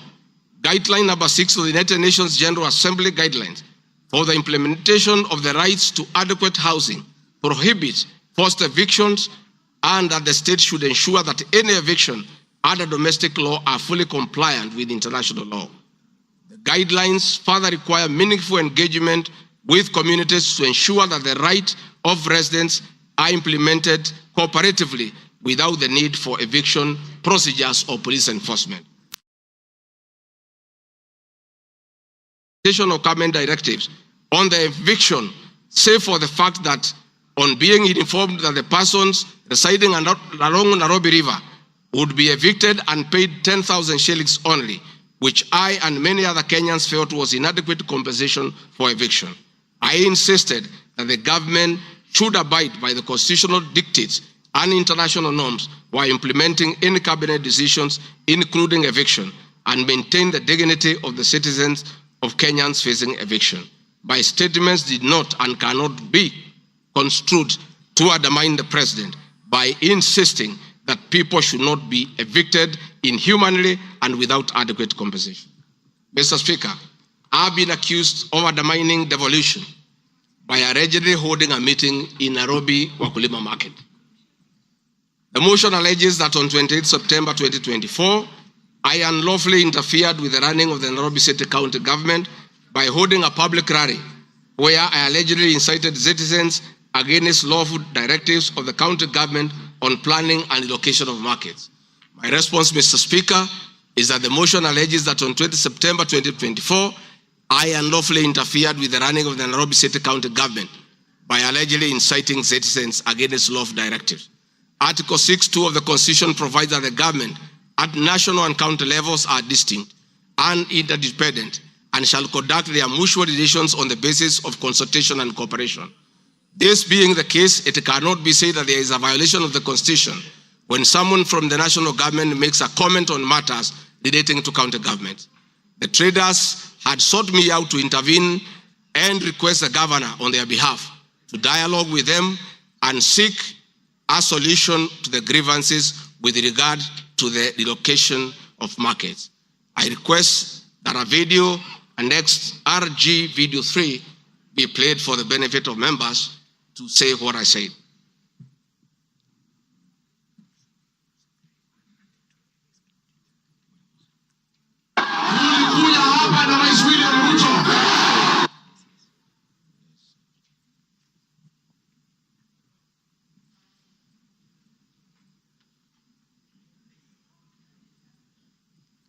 Please play the video for us.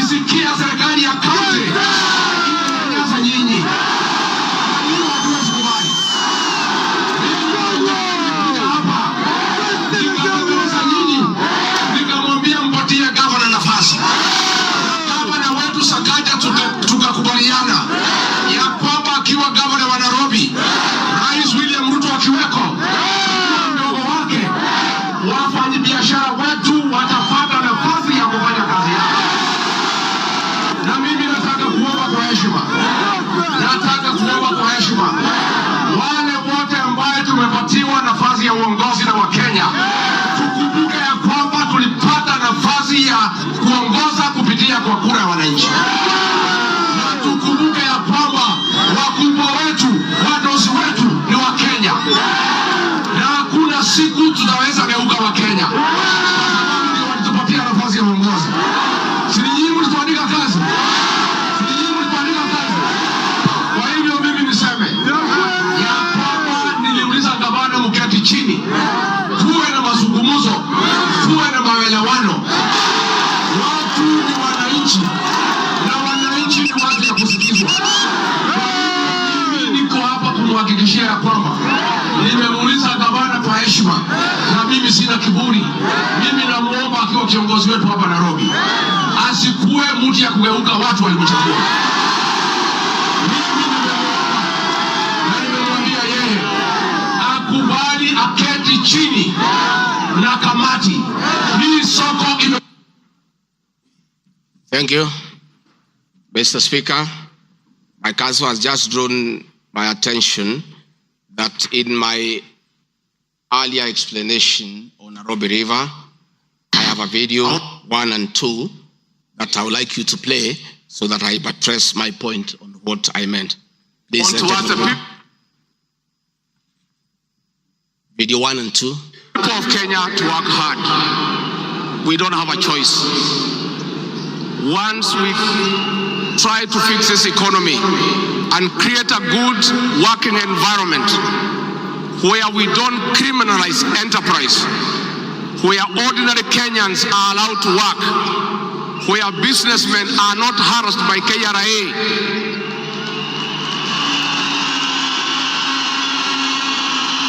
where goods belonging to the people of Kenya will never again be touched by overzealous public servants. Where again poor people will never again be evicted in brutal evictions by state agencies. And I say, freedom is here. Now, the number of fatalities from the ongoing forcible eviction by the government has risen to 3, with another tragic loss in Mathare on Monday. An 18-year-old boy died as a bulldozer brought down a church in the area just moments after President William Ruto left.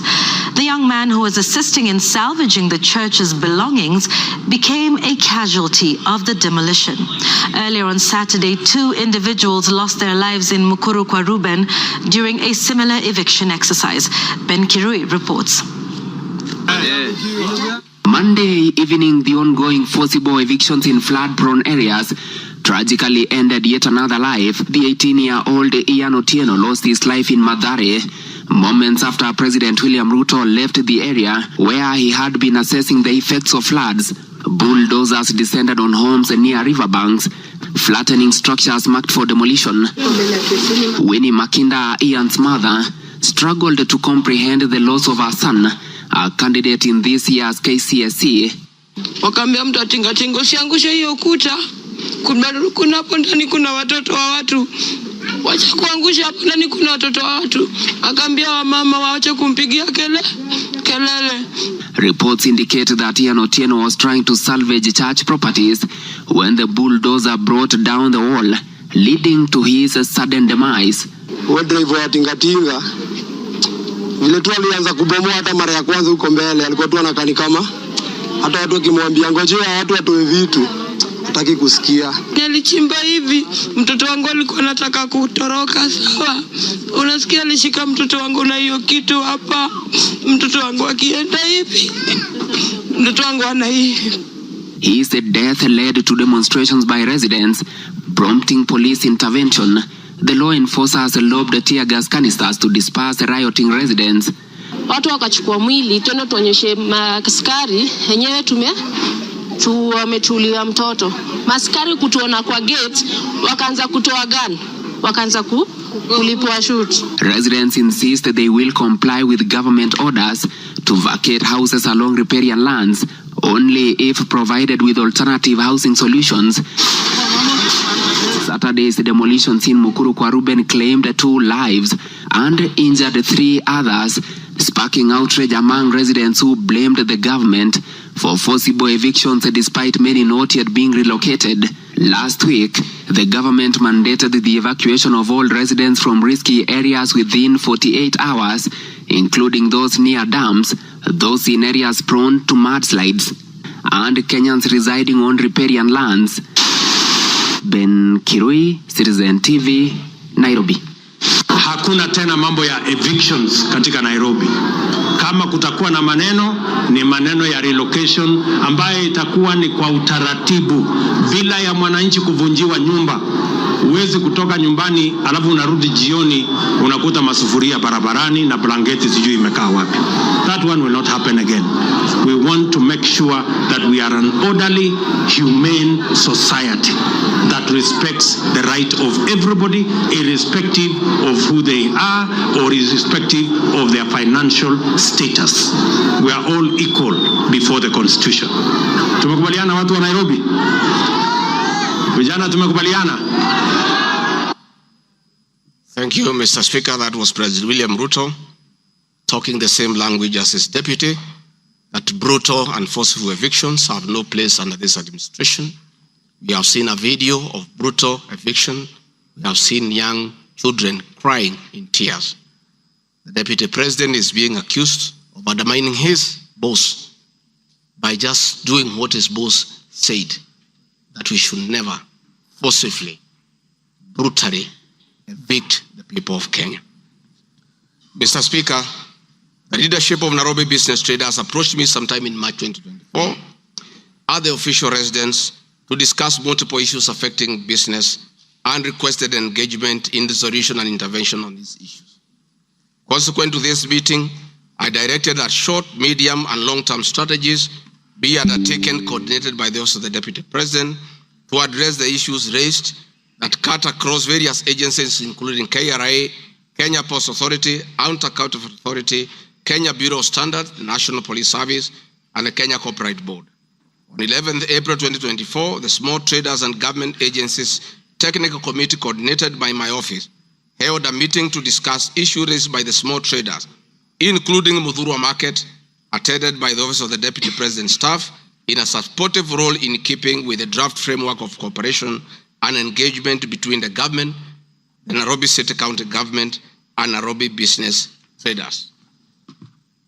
Subsequent this, Mr. Speaker, is clear that my office have been having meetings with the Governor of Nairobi on various matters affecting the people of Nairobi, and hence the Deputy President cannot be accused of undermining devolution.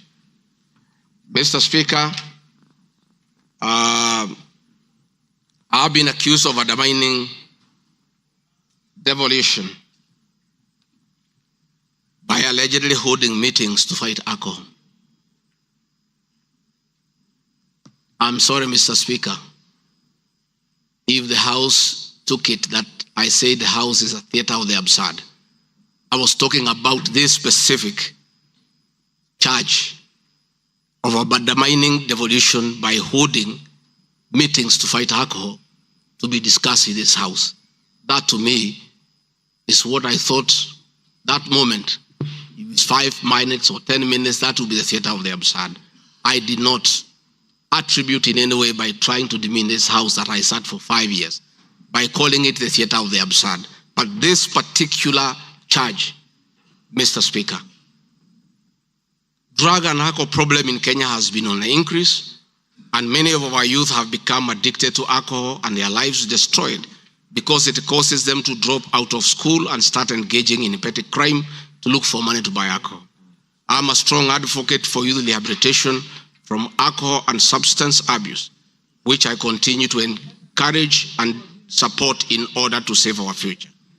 With regard to alcohol control and regulation, I wish to state that I have held several meetings with the governors in Meru, Chuka, in Mombasa, in Nakuru, in Nyeri, and the efforts that President William Ruto asked me to lead in eradication of illicit brew has been very successful, and we have been working with the governors and county assemblies who have been developing legislation on the control of licensing of alcoholic drinks.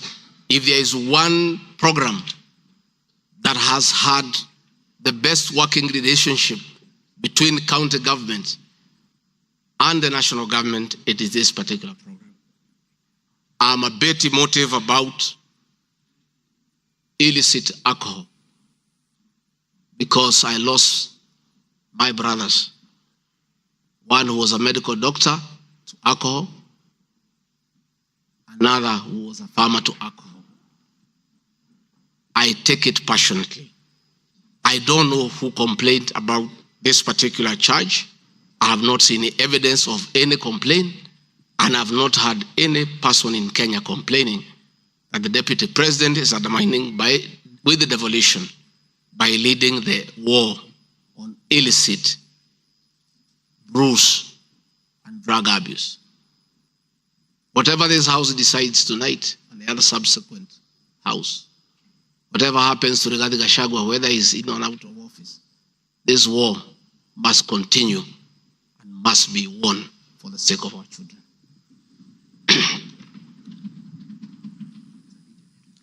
I want us to watch video number 4, RG4.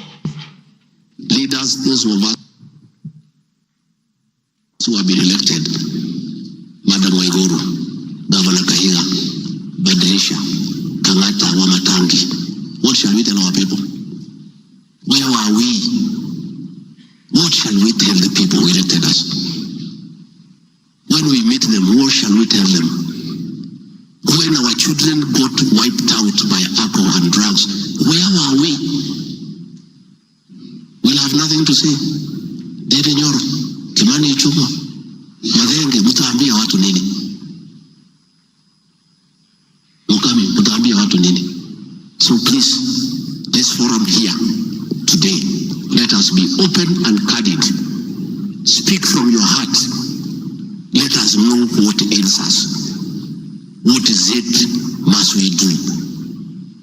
We have the support of the president and he is waiting. He has told me by 7 p.m. today, he wants a report. He cannot accept the situation. He cannot. Neither can I. And none of you should accept this situation. It is not right. It is not fair. It is not acceptable. We must deal with it as leaders. And we are here, we are all leaders. As an OCS, you are a leader. That's why you have been given that responsibility.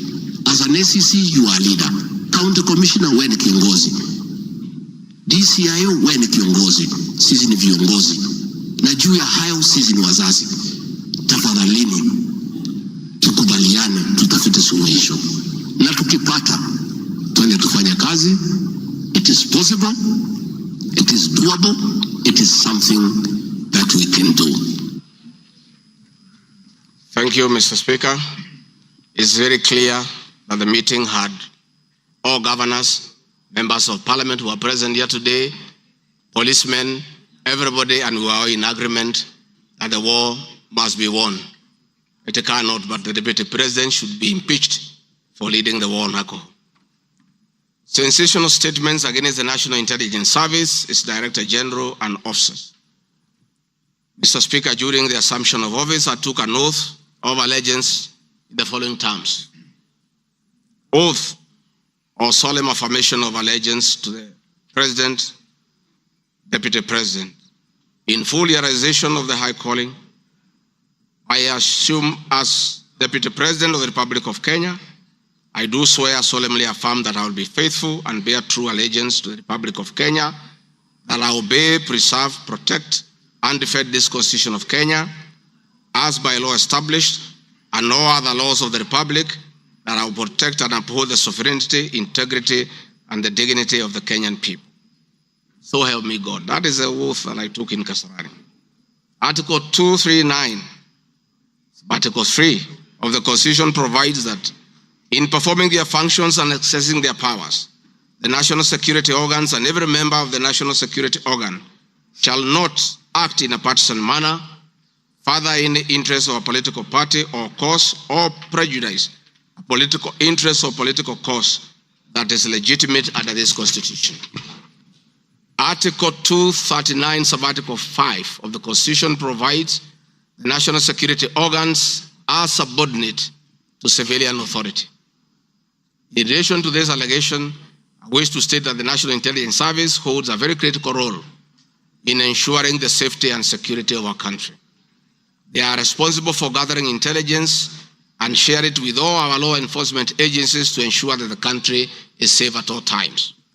Consequently, when the country was caught flat-footed with regard to the scope and extent of the public's dissatisfaction with the Finance Bill 2024, which degenerated in a Gen Z protest, it pointed to the failure of the National Intelligence Service in carrying out its mandate. I am persuaded that the National Intelligence Service ought to have known beforehand that the public was completely opposed to the Finance Bill, and they ought to have briefed the President before the protest began, and this would have caused a change of tact by government regarding the proposed bill and the protest, which culminated in the loss of innocent lives and destruction of property, could have been avoided. Hence, I expressed my opinion on this in my public media briefing in Mombasa, and my utterances were not any different from what happens in other countries when there is a lapse or failure by the intelligence agencies. The nation has witnessed unfortunate instances of several extrajudicial killings, abductions, and disappearances. I firmly believe that if the National Intelligence Service had acted diligently, these instances would not have been witnessed. Under the Constitution, the government agencies are supposed to be accountable to the Kenyan people, including the National Intelligence Service, and calling them out when a dereliction of duty does not amount to undermining them. I am also aware that the Kenya Kwanza government has been at the forefront in calling out officers who do not seem to understand their work. Recently, my boss, the President, publicly complained that there are some PSs and CSs who did not seem to understand their role. Please play for me video number 5, RG5. On President William Ruto has today described some members of his cabinet as utterly clueless and uninformed about the dockets they occupy. And in a sign of trouble for cabinet secretaries, the State House gates were shut for those who arrived late, with both President Ruto and his deputy Rigathi Gachagua giving a sharp tongue lashing to the latecomers. And our Citizen TV's Chemutai Goin reports the atmosphere at the State House, Nairobi, left little doubt on President Ruto's disappointment with a vast section of his 22-member cabinet.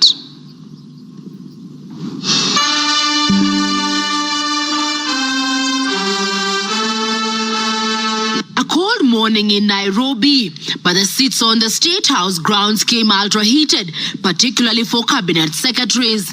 The cabinet members came here to sign performance contracts, but the oral appraisal of the day spurred anything between trouble and outright doom. If you cannot keep time with your employer, you have basically dismissed yourself. I mean, it's just as simple as that. So, for those who came late, who are members of the executive, I will be expecting a written explanation, and it should not include matters of traffic. Punctuality was at issue, with some cabinet secretaries being locked out of State House for lateness, and from the podium, the president and his senior lieutenants were unforgiving. Nimeona watu wale wamechelewa, nikaona rais unaniona namjua. Nikaona uso yake nikajua hapa kimeumana. Sababu leo ni siku ya performance contract. Ile siku muhimu sana ya kuja kuweka. Na wewe umefika pale rais anakaa. Tayari amekaa na ndiye rais wa Jamhuri ya Kenya. Wewe umechelewa ukiwa kuona nani? Who else have you gone to see? One of the things we need to learn in our performance contract is to beat the traffic. For the 19 cabinet secretaries present, the atmosphere at State House progressed from bad to worse as President Ruto and his deputy Rigathi Gachagua issued a blistering assessment of the performance of the cabinet members. Many of you, the people I speak to, don't even know what is going on in your ministries or departments. You have very scanty information. The moment I know more than you in your ministry, then you must begin to understand that something is very wrong. How do you run a ministry or a department or a parastatal if you have no information? That is the highest level of incompetence. Those of us who came with the president from the political space and who are his friends, and we assisted him to become president. Once he gives us a job, that is the termination of that friendship. The friendship with the president will be based on nothing but performance. From travel habits to basic work ethic and even media appearances, it was a brutal ground zero appraisal for the cabinet. Why do you have to honor every invitation that you have been given to every country? Your Excellency, at times we have tried to hold cabinet committees, we can't. 5, 6, 7, 8 ministers are out of the country. Some change clothes at the airport from one country to another. That is the truth. Why can't you regulate yourself? If the president was to travel and honor every invitation, he will be out of this country the whole year. You just have to decide what is useful and other things you can leave to our ambassadors out of the country. So when you hear my deputy saying, find time, travel, but travel and see the people who have hired us, you know, go to different parts of Kenya so that you can get feedback from the public. We have done so much as an administration, but the information is not out there. Our ministers are quiet. They are called for TV interviews, they don't show up to say what they have done. And then the media have a few days because nobody talks for government. I would rather we spend more time explaining to the people of Kenya what we have done in our respective dockets as opposed to travel. And if we have to travel, let's travel up the country to where our Wananchi are and explain what we are doing. And I remember I called CS Chelugui. I didn't find him, so I called his PS and I found her and I explained to her, I told her, look, the public is not understanding this. Did I call you or not on Sunday? You know, I told you this is what the public is saying. Please do more sensitization on Hustler Fund Phase 2. With a very public expression of disappointment in his cabinet, President Ruto has triggered speculation on changes in government as his administration approaches the end of its first year in office. From punctuality to work ethic and general performance, the proverbial axe could well fall somewhere. With the performance contracts expected to foster a culture of high performance in the public service and also ensure that public resources are properly utilized, it is also set to offer a framework for President William Ruto to reward performers and also institute sanctions on non-performers. Chamutai Goin, Citizen TV. Mr. Speaker, President William Ruto, my boss, and I have been calling out senior government officials when they fall short of expectations. The Director General of the National Intelligence Service is no exception. He's not above the law. He's accountable to the people of Kenya for his performance. And I have had an argument that we should not call out those in the security sector. I would like you to play the next video, where the most incompetent Inspector General of Police, I think, in the world. The most incompetent in the whole world. His incompetence may not necessarily play out when things are working, but when things get to a head and you need some decisions to be made, I can tell you for sure, the gentleman we have as an IG cannot make any decision. Nataka tumwambie ule mtu wa sinema mingi anaitwa nani ule mtu? Ule sijui anaitwa DCI, ule anaitwa nini? Ule mtu anaitwa Kinoti. Awache ujinga. Huyo bwana Kiboti awache ujinga. Sio kama tunaelewana.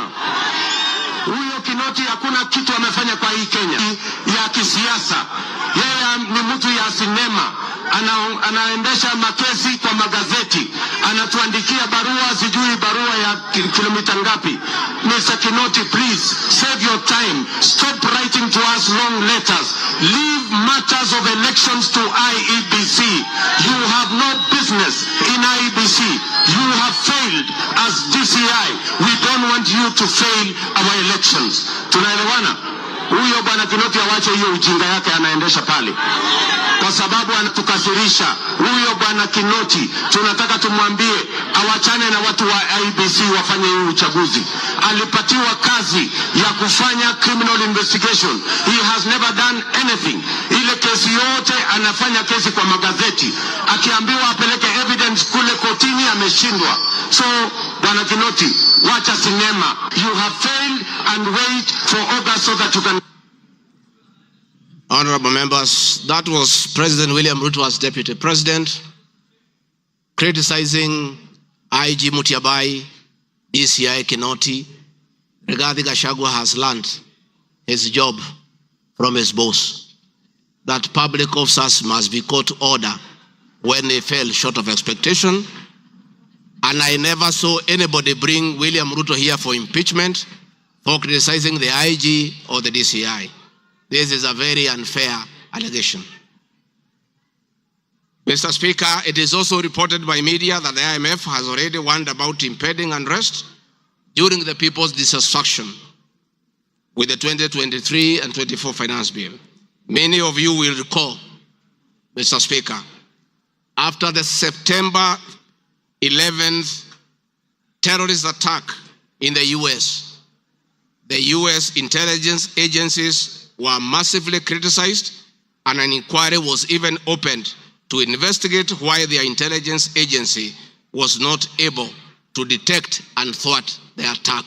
All we are saying is that our National Intelligence Service is accountable to the people of Kenya for its performance. Mr. Speaker, conniving with cartels in the tea sector to block KTDA from implementing guaranteed minimum return, Mr. Speaker, I am here to see a shred of evidence to that effect, and I have nothing to say. I have seen an allegation that we have not been able to do coffee reforms. Mr. Speaker, out of my work, coordinating coffee reforms, the Cooperative Bill 2023 and the Coffee Bill 2023 is before this House. I request this House, after these impeachment proceedings, to embark on those two bills so that the coffee farmers can realize the full benefit of the coffee reforms that we have initiated. There is another allegation that I have taken control of a local cooperative society in Madeira constituency. I don't know the name of that constituency, of that cooperative. It is false. I am here to see any evidence. I have nothing to say because there is nothing to be said. On the issue of shareholding, which I think members are interested in listening to, I listened to you this morning and it was quite emotive. By virtue of provisions of the third schedule of the Political Parties Act, the constituent parties of the Kenya Kwanza coalition entered into various agreements which were deposited with the Speaker of the National Assembly and the Speaker of the Senate for purposes of Article 108 of the Constitution of Kenya. The following were members: UDA, ANC, Ford Kenya, PA, Farmers Party, Chama cha Kazi, Communist Party, Economic Freedom Party, Service Party, Tujibebe wa Kenya Party, Umoja na Maendeleo Party of Kenya, and the Democratic Party of Kenya. In accordance with the provision of Clause 3, Schedule 3, a power sharing agreement and development agenda for the certain regions of Kenya, I attach copies of these agreements, RG32. All those agreements talked about specific regions. The leaders who appended their signatures canvassed issues of appointments to do with specific regions. Power sharing agreement between UDA and ANC and Ford Kenya, for example, say that the UDA would nominate the coalition president, the presidential and deputy presidential candidates that was honored. The president would guarantee the stature, the dignity, and financial and operational autonomy of the office of the deputy president, which I have been insisting on because it's part of the coalition agreement. The ANC would be allocated the position of the Prime Cabinet Secretary, which has happened. Ford Kenya would be allocated the position of the Speaker of the National Assembly, and that is why Honorable Masika Wetangula sits here today. In accordance with Article 2 of the Power Sharing Agreement, ANC and Ford Kenya would have a 30% share is a word, of the national government positions. This drives my utterances about shareholding. It is embedded in all these agreements that are attached here for you to read. I heard this morning an honorable member saying that the deputy president said the people of Ukambani will not get resources because they did not vote for Kenya Kwanza government. That is not true. The Deputy President of the Republic of Kenya does not allocate resources. Resources for the development of the Republic of Kenya are appropriated by the National Assembly of Kenya, where I am today. The Deputy President will help the President to oversee the implementation of funds allocated and appropriated by the National Assembly. It is therefore not possible that the Deputy President of the Republic of Kenya has the capacity to deny any part of Kenya resources because of the way they voted. The decisions on how resources will be allocated for the development of the Republic of Kenya are made here by the honorable members. If your area has no development, please don't impeach the Deputy President. Don't accuse him of not giving you resources. You are in this house to make sure that your area where you come from is allocated appropriate resources because that is your job. The agreements are attached, therefore I don't want to go into them. Let me say my speeches on the shareholder issue were informed by the aforesaid power sharing covenants, which are founded on law, having been deposited with the Registrar of Political Parties, and lessons learned from the well-known disputed 202 NAC Power Sharing Agreement. Further, sharing agreements are a feature of government formation in all democracies in the world that provide for the formation.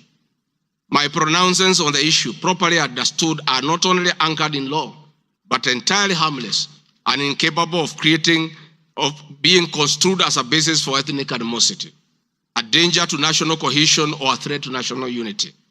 On the contrary, coalition building has been one of the most important innovations since the disputed 2007 elections in ensuring stability, equitable sharing of political power, national cohesion, and fostering of national unity. Indeed, Kenya Kwanza main opponent in 2022 general election, Azimio la Umoja Coalition, One Kenya Coalition Party, was a political party consisting of 25 political parties who also executed a power-sharing agreement based on shares.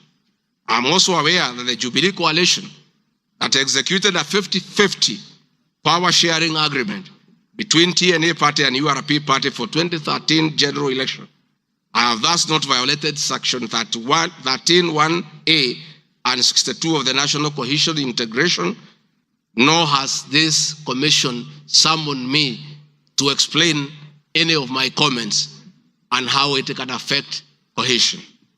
However, notwithstanding the said power share agreement, upon election as Deputy President, I went out of my way, as required by the Constitution of Kenya, to serve all Kenyans regardless of their political preferences during the election or ethnic origin. I now produce the following video showing some of my speeches all over the country as marked RG Video 7.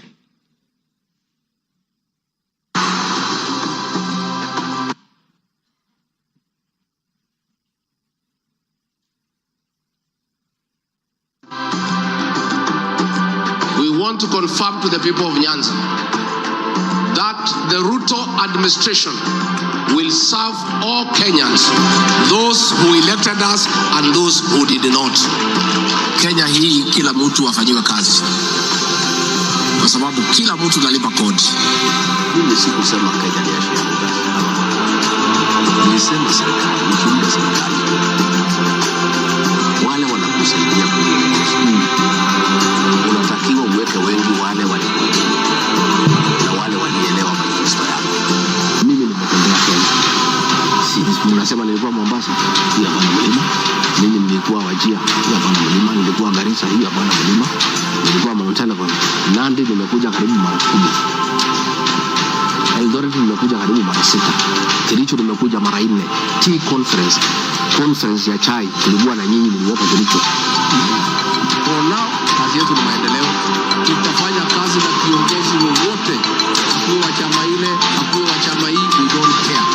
This is the time to serve the people of Kenya, and we shall work with all elected leaders, irrespective of their political affiliation. Mr. Speaker, copies of documents demonstrating my efforts within the mandate allocated me by the President to address security issues and economic equalization programs and policy in historically marginalized areas is Annex RG33. The decision to embrace the broad-based government following the dissolution of cabinet after the Gen Z protest. I attached my video during the launch of the Honorable Raila Odinga's quest for EU chairmanship at State House, again as a demonstration of my embracing the broad-based government.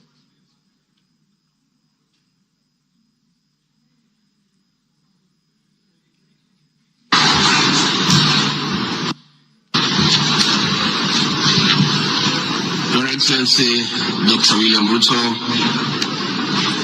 President of the Republic of Kenya and Commander-in-Chief of the Defense Forces, Your Excellencies, Heads of States and Government present, Your Excellencies, Ambassadors and High Commissioners and members of the Diplomatic Corps, Heads of Delegations, Members of Parliament and all dignitaries present, good morning. Your Excellency, let me say this is a great moment for our country. What a day, what a moment. We are here, Your Excellency, as a country to unveil Kenya's finest to go and lead Africa. It's a proud moment for this country. And I want to say, Your Excellency, the people of Kenya have been united to a man. by the candidature of the Right Honorable Raila Odinga to be the chairperson of the African Union Commission. This is a quest that has brought pride to our nation. And I would like to tell the leaders here from Africa and the representatives that as a country, as we present the Honorable Raila Odinga to be our candidate, it is because Africa, our motherland, deserves the best.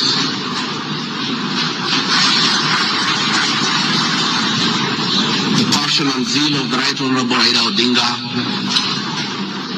in Pan-Africanism is well documented. Passion knows no age, knows no limit. In the person of the Right Honorable Raila Odinga, he'll join the ranks of Jomo Kenyatta and Kwame Nkrumah in pushing the agenda for Africa. And therefore, I want to say, Your Excellency, the lessons of today are that Raila Odinga, the Right Honorable, is a man of great resilience, endurance, and perseverance. Today, you are going to unveil the transformation of the Right Honorable Odinga from a national leader to an African statesman. And for us in leadership, we have learned great lessons of resilience, endurance, and perseverance. Somebody may ask, why is Rigathi Gachagua, who has before had issues with the leadership of Raila Odinga, as a truthful man, I had nothing against him. It's only that we were competing for the same position between him and my boss. Now that he is going for a bigger seat in Africa, all of us, from the president, I, and the rest of Kenya, are behind him. And the Right Honorable Raila Odinga,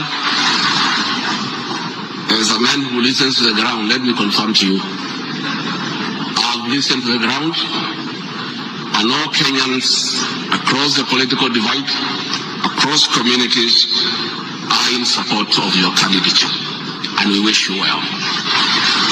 Before I call Your Excellency, let me acknowledge the place of family, not just in our lives but in leadership. I think it is a great moment for the Right Honorable Raila Odinga. It's appropriate that I acknowledge on behalf of the country the role Mama Ida Odinga has played in the life of this great son of this land. Mama Ida Odinga, we salute you as a country for having been a very strong pillar to your husband in very difficult times, and in his lowest moments you have always been there for him. We ask families to support their spouses. So Mama Ida Odinga, as we wish you happy birthday, it is my hope and prayer that your next birthday will be celebrated at Addis next year. And if you invite President William Ruto to come and he's not able to come, Mr. President, I'll be very happy for you to send me to represent you in that great birthday. We therefore want to say, as a country, it's a great moment. And the Right Honorable Odinga, I have noted with a lot of appreciation, my wife, Pastor Dorcas, who is a very prayerful woman, has been praying for me and the President daily. And I noted from yesterday she has added you in her prayer. And because her prayers work, we have no doubt that you will get this seat. Mr. President, it is now my honor to request you to come and anchor Kenya's finest and embark on the journey of transformation of the Right Honorable Raila Odinga from a national leader to a great African statesman. Thank you, Mr. Speaker. President William Ruto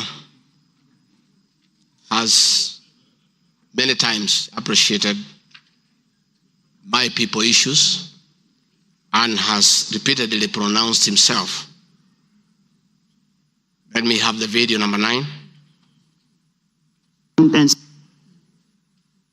speaking of deputies,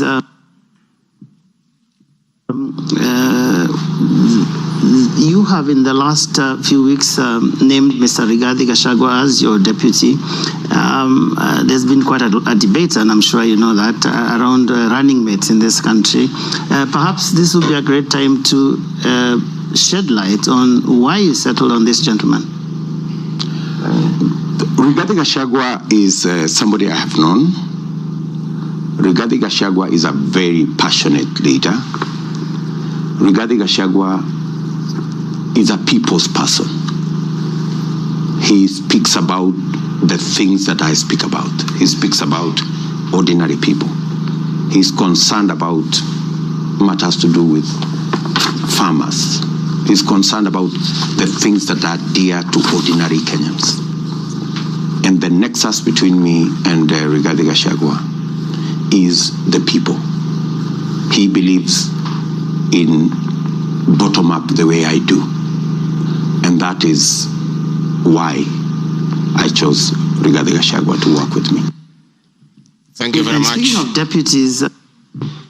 Thank you very much, Mr. Speaker. In addition, and almost in conclusion, I am not the only leader at the national level who has encouraged unity among Kenyans based on shared regional, geographical, and economic and other factors.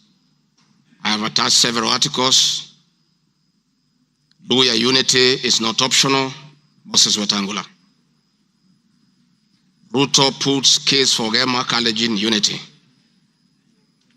Bijikenda unity in the offing. Masai leaders in unity talks ahead of next year's general election. I have attached those articles so that you understand that regions uniting does not mean they unite against other regions. They unite for common issues, common values, and to strengthen them to join other regions for national unity. Mr. Speaker, the motion dated 26 September 2024, tabled before the National Assembly, makes the generalized claims that have committed crimes under national laws, Proceeds of Crime and Anti-Money Laundering Act, Penal Code, National Cohesion and Integration Act as anti-corruption and economic crimes. It is on the basis of the claim that it is said that the threshold of impeachment has been met. I'm not aware of any active investigations by any state agency for offenses under the said laws, neither have I been called upon to record any step pertaining to any investigation.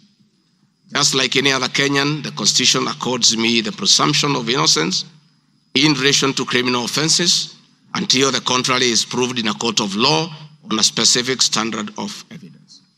Therefore, in the absence of any active investigations by any investigative agency in Kenya, I do not believe that there can be any serious reason to believe that I've committed any offense. Otherwise, that will be an indictment of the intelligence agencies as well as investigative agencies.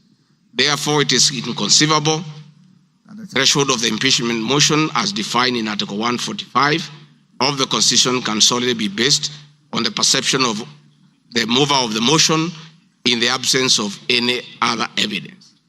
I heard the mover this morning saying that all we need to do is to believe in him. I believe that cannot be the position. We need actual evidence against the Deputy President. The net effect of the impeachment of this basis of allegations of criminal offenses, whose evidence has not been tried and tested in court of law or by bodies mandated to investigate, would be to disqualify me from the possibility of holding public office in relation to Article 99(3) without the benefit of due process of law and exhaustion of the systems of appeal as provided in the Penal Code. Mr. Speaker, I do not wish to respond to the issues I had this morning that are outside the motion. I want to confirm that I have tremendous respect for Kenyan women, and I have never disrespected them. What has happened is that as politicians, there is always propaganda to undermine somebody. I call upon anybody with evidence that I've ever disrespected that person to come out and provide that evidence. I had my very great friend, the Honorable Faith Gachagua, say that I disrespect women. Many times I've been to Nyandarua. I've referred to Honorable Faith Gachagua as Ngatha. Ngatha is a Kikuyu name for a woman of great respect. That I have done countless times, is on video. Finally, the Honorable Boss Sholei, I heard what you said in Eldoret. I heard this morning that you said I should be charged with treason. But my sister, me, I'm a grateful man. I remember, and I'll never forget, during the last administration when I was arrested on fabricated charges for standing with the President William Ruto against the wish of the government at that time, Gladys Bosholai came and sat with me at DCI headquarters, brought me tea, brought me lunch, sat with me, comforted me. At court, she coordinated the collection of 12.5 million shillings as my cash bail. She came to see me in Gigiri for 4 days and had very kind words for me. Despite what you have said, my sister, I do remember that one good thing that you did for me, and I'll love you and cherish you for the rest of my life.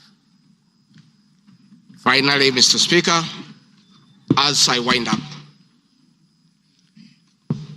I want to appeal to this Honorable House to consider the allegations against me by the mover of the motion, weigh it against the attached evidence, weigh it against my defense and the attachments and the videos that I've played in this house. And exercise your mind and exercise your discretion. Search your conscience and decide if Rigathi Gachagua is guilty of any of those allegations or is undergoing a political process. If you are so persuaded and you search your conscience without any intimidation or coercion or inducement, and you think it's the right thing to do, please go ahead and do so. If you search your conscience and listen to the issues that have been adduced here, and you find that there are no grounds to impeach the Deputy President of the Republic of Kenya, please make the right decision. But as you do so, many members who are in this house remember what President William Ruto as Deputy President went through. And most of us stood with him. Rigathi Gachagua underwent 4 years of persecution. Others were persecuted. But we took a firm stand because we believed we were doing the right thing.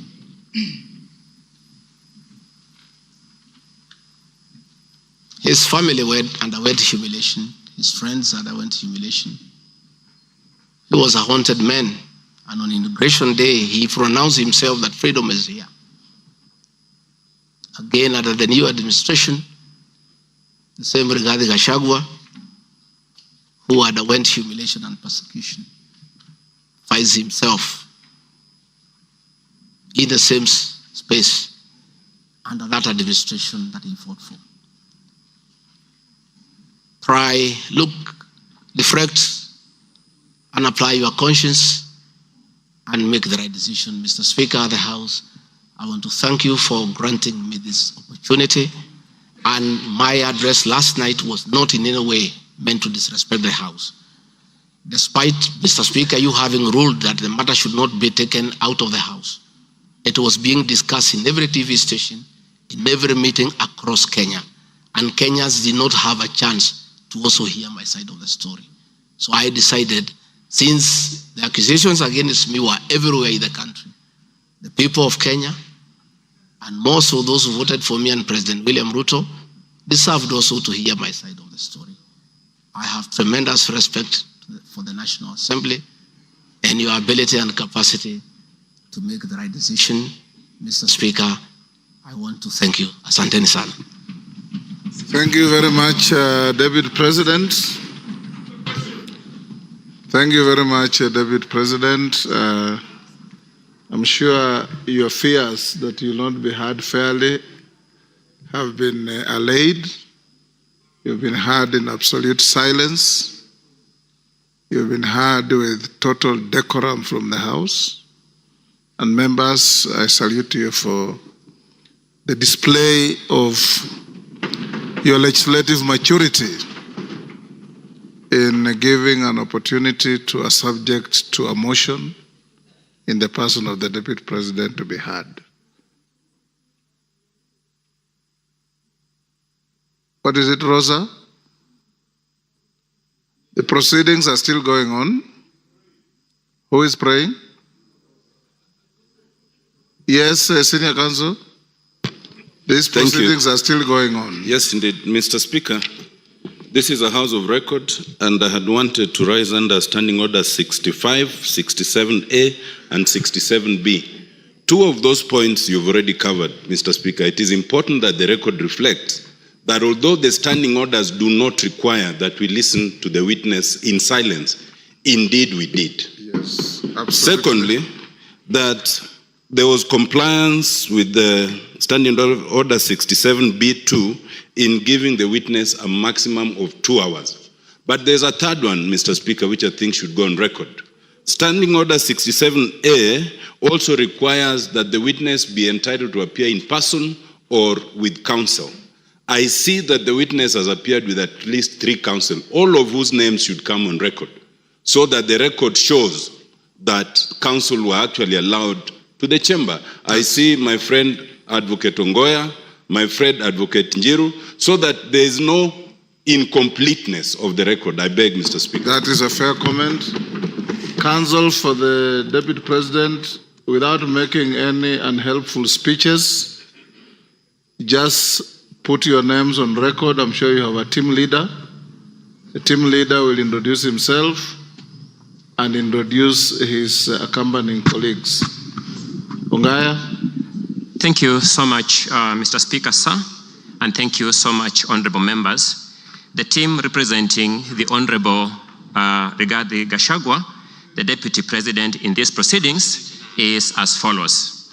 Honorable Paul Kibugi Muite, Senior Counsel, Mr. Victor Swanya Ogeto, my name is Elisha Ongoya, Mr. George Sakimpa, Mr. Ndegwa Njiru, Mr. George Wandati, Miss Faith Waigwa, Mr. Murigi Kamande, Mr. Amos Kisilu, Mr. Eric Kiprop Naibei, Miss Julia Omwamba, Mr. Tom Maina Masharia, Mr. Willis Echesa, and Mr. Andrew Moga.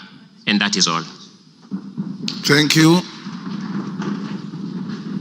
And apart from the 3 of you, the rest are within the precincts of Parliament? Are within the precincts of Parliament, save for Senior Counsel Paul Kibugi Muite, who sought to be excused from attending today, but is part of this team, and we are under his supervision and guidance. Thank you. From here, we'll proceed as follows. Deputy President, if you wish to leave, you are at liberty to do so with your team.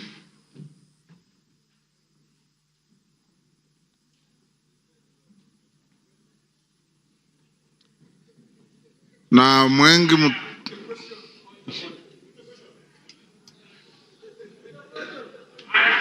Yes, Kaluma.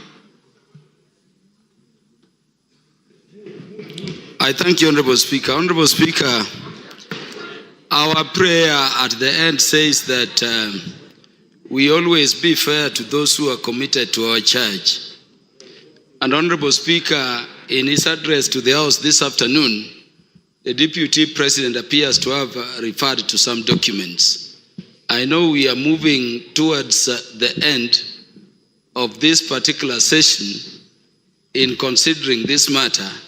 And Honorable Speaker, I want to thank you for upholding Article 47 of the Constitution on the right to fairly and secure procedural fairness to every party as required by our Constitution. I wanted to ask Honorable Speaker that so that we consider what the Deputy President is saying in the documents, would I be in order to request the indulgence of the Speaker within the provisions of Standing Order number 1 to adjourn for at least 10 minutes so that we consider what the Deputy President's documents have and come back and make the decisions we need to make.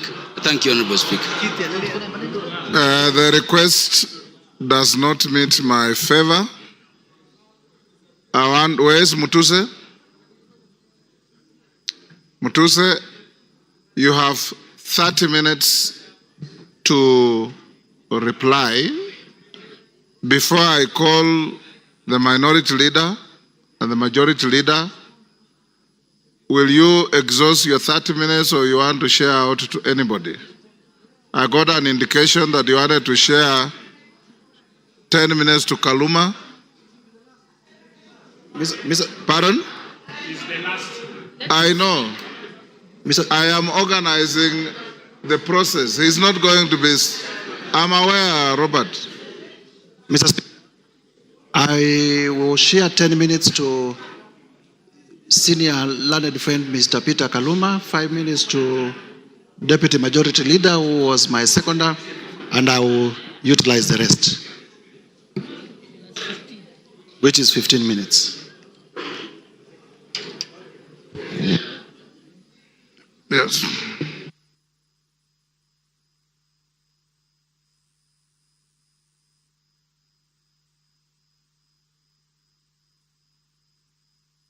Honorable Mutuse,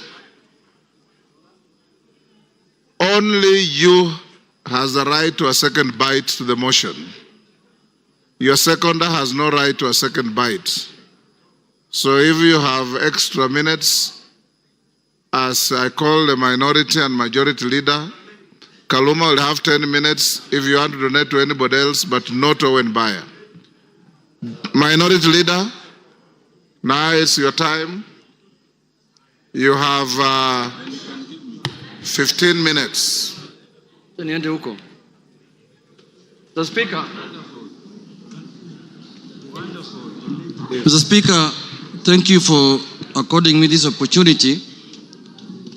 From the onset, Honorable Speaker, the minority supports the motion on removal from office by impeachment of Honorable Rigathi Gachagua because, Mr. Speaker, he is unfit to hold office.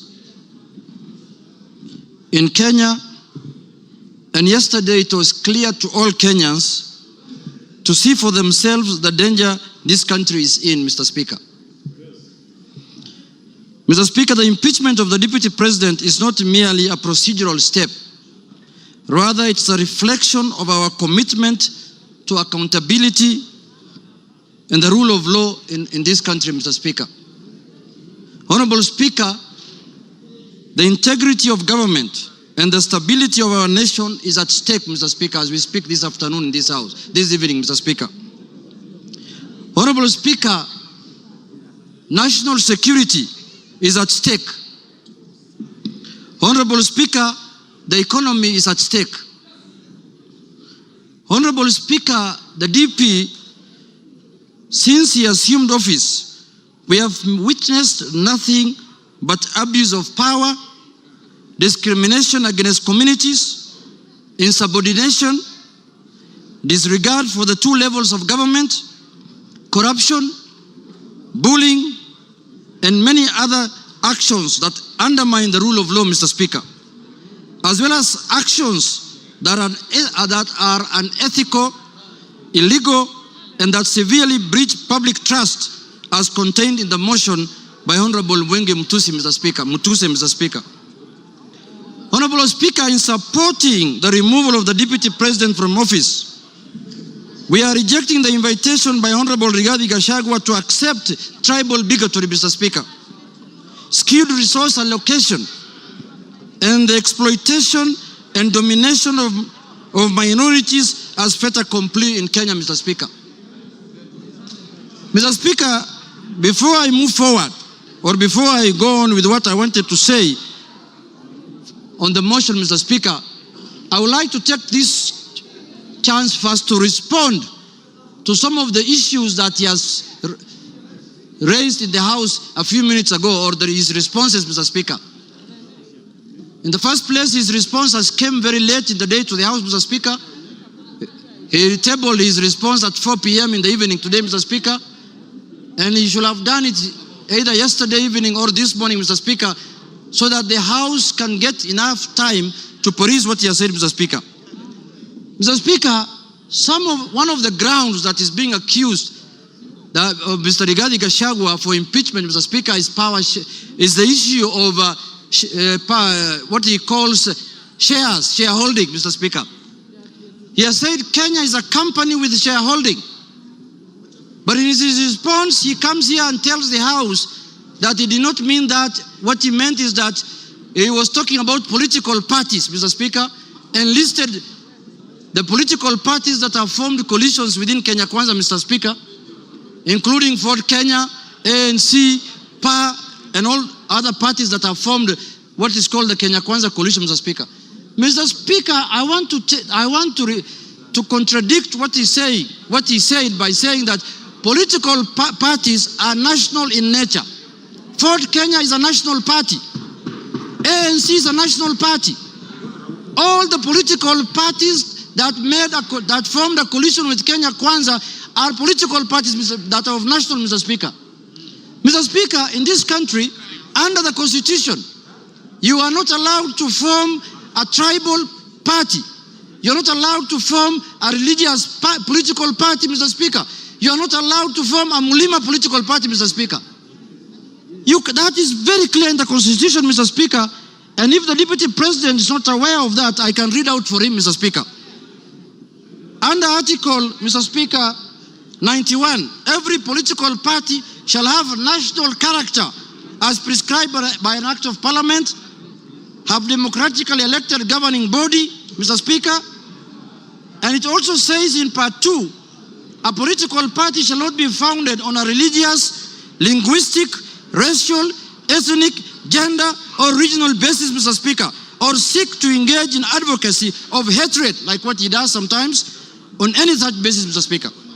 Mr. Speaker, you cannot equate political parties to what the Deputy President has been propagating for the last 2 years in this country, Mr. Speaker. The Deputy President has told Kenyans in no uncertain terms that Kenya is a shareholding company. Order, honorable members. And if you do not vote, for Kenya Kwanza, you do not have any shares, Mr. Speaker. Order, Yegon, and your team. Ngong. Mr. Speaker, members now are excited because they are not happy with the response the Deputy President has given them. Now they want to vote and go home. I know what they are doing. I know, but let's prosecute the matter. We have to respond to the issues he has brought to the House, Mr. Speaker. Mr. Speaker, political parties are not equal to regional and ethnic, conglomerations that the Deputy President has been advocating for the last 2 years, Mr. Speaker. Mr. Speaker, I want to give him a good example like ODM. ODM has sent the other day 6 experts under the broad-based government, Mr. Speaker. 6 experts. Where are those experts coming from? One is from the coast. Beatrice School is from Turkana. Oparanya is from Western. The Attorney General is from Kisumu. Mr. Speaker, when he's talking about 30% of Ford Kenya and 30% of ANC, he thinks those positions were given to lawyers as a community, Mr. Speaker. When Ford Kenya is a national party, those positions belong to members of Ford Kenya who are in Mombasa, who are in Migori, who are in Kakamega, who are in Bungoma, who are in Eldoret. Ford Kenya has membership in all the country, has membership, Mr. Speaker. So, Mr. Speaker, that ground is not, he cannot controvert that ground by saying that he was talking about the power sharing within Kenya Kwanza. No, he was talking about ethnic groups, Mr. Speaker. He said this government was formed by two ethnic groups, and that's how they are going to share power, Mr. Speaker. So that ground stands, Mr. Speaker, and that ground is impeachable, Mr. Speaker, on the Deputy President. The other issue, Mr. Speaker, I want to respond to that he has raised here, Mr. Speaker, is the issue of national security. He said that the NSIS, Mr. Speaker, can be called out whenever they are out of order, Mr. Speaker. Mr. Speaker, the man Deputy President sits in the National Security Council, Mr. Speaker. He doesn't need to call out any government organ in the streets, Mr. Speaker, like the people who do their things in the street, Mr. Speaker. He's a man who sits in every governance organ of this country, Mr. Speaker. All organs of government, all governing organs are also oversighted by committee of this House, Mr. Speaker. What happens, Mr. Speaker, in this country if every member of parliament goes out there castigating governing bodies and constitutionally created bodies of governance, Mr. Speaker? We are going to have anarchy in this country. Mr. Speaker, I am not convinced that he has answered in any way that question as to why he was castigating bodies like the NSIS and the police out there when he's the Deputy President of the Republic of Kenya. On that ground, Mr. Speaker, I feel he's impeachable on that, Mr. Speaker. He has not given us any sufficient answer to that question, Mr. Speaker. Mr. Speaker, the issue of Justice Maina. He said that he was not attacking her because of the judgment she rendered against him, Mr. Speaker. And he said that he had filed a petition with the Judicial Service Commission, Mr. Speaker. He who wants equity must come with clean hands. You cannot castigate a judge in the rallies, in burials, and then you want JSC to listen to you. You can't have both ways. If he wanted JSC to deal with that matter, if he was unhappy with the way the judge has handled his case, Mr. Speaker, he should not have castigated her in a burial, Mr. Speaker. He should not have talked about her in a very demeaning manner, Mr. Speaker. He should have kept his cool and filed his petition with the Judicial Service Commission, Mr. Speaker. On that account, Mr. Speaker, he has failed the leadership and integrity, Mr. Speaker, under the Integrity Act, Mr. Speaker, and on that account, he's impeachable, Mr. Speaker. My last point, Mr. Speaker, is the issue of the renovation of his house in Karen, or the official residence of the Deputy President Karen, Mr. Speaker. You remember the Deputy President, when he was assuming office, when he was taking oath of office at Kasarani, Mr. Speaker, the way he lectured us, the way he told us that they have inherited empty coffers, Mr. Speaker. There is no money in this country.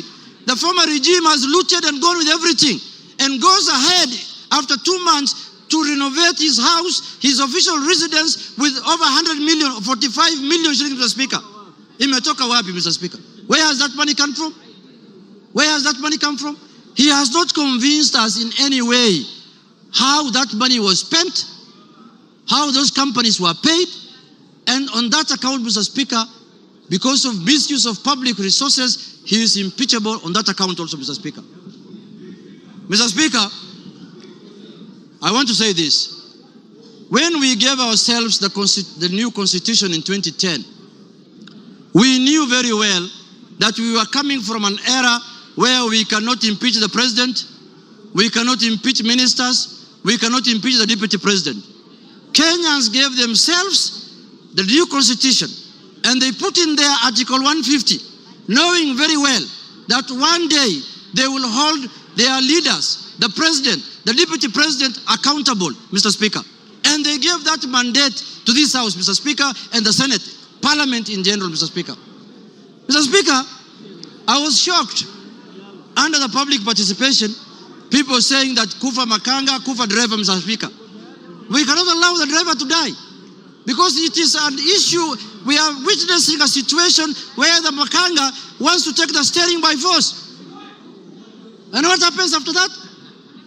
The driver is carrying 55 million Kenyans, Mr. Speaker. We cannot allow the driver to die, because 55 million Kenyans are going to die with him. But the Makanga, who is just hanging at the door there of the matatu, can go, Mr. Speaker, if he misbehaves, Mr. Speaker. And, if he's not doing his work properly, Mr. Speaker, The easier one to go first is the Makanga, because the Makanga is the one who should be telling the driver what to do. And they're telling us here, Kufa Makanga, Kufa driver. The petition of the driver is not with us in this parliament. The petition we have, the motion we have before us today is the motion of the Makanga. And we are going to deal with him perpendicularly and thoroughly, Mr. Speaker, this afternoon. Mr. Speaker, I want to tell the House that us, the people of the minority, the Azimio people, Mr. Speaker, we have lived like orphans in this country for the last 2 years. Why do I say so? Mr. Speaker, we are taxpayers. Some of the places that contribute to the highest taxes in this country are areas that are dominated by Azimio people.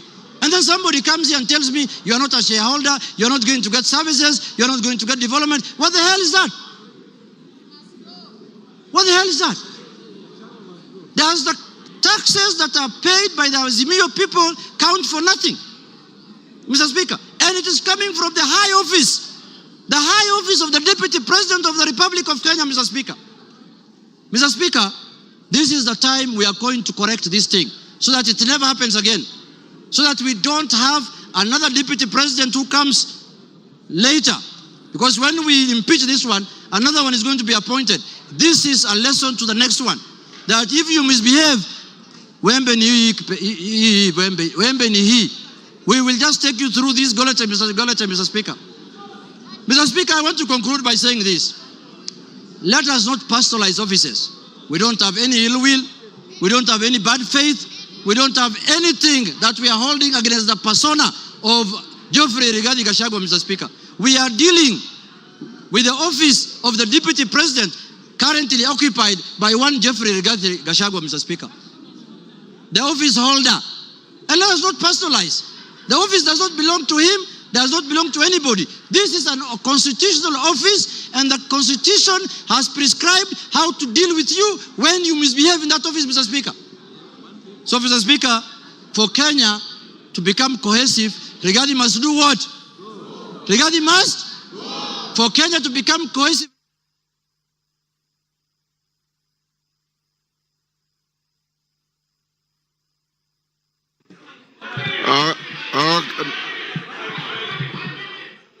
Okay, give him 1 minute. Mr. Speaker. Give him 1 minute. Mr. Speaker, I was telling members, for Kenya to unite, Rigathi must. For Kenya to prosper, Rigathi must. For Kenya to have unity, Rigathi must. For shareholding to end in Kenya, Rigathi must. For us to have a peaceful country, Rigathi must. Thank you very much. That is the mood, and that is what we are going to do. Thank you, Kimani Ichung'wah.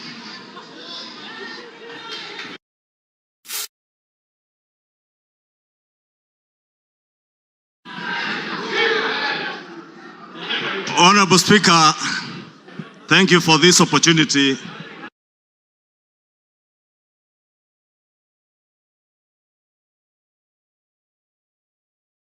Honorable Ekomas Mutuse, the member for Kibwezi West, approached me with the impeachment motion.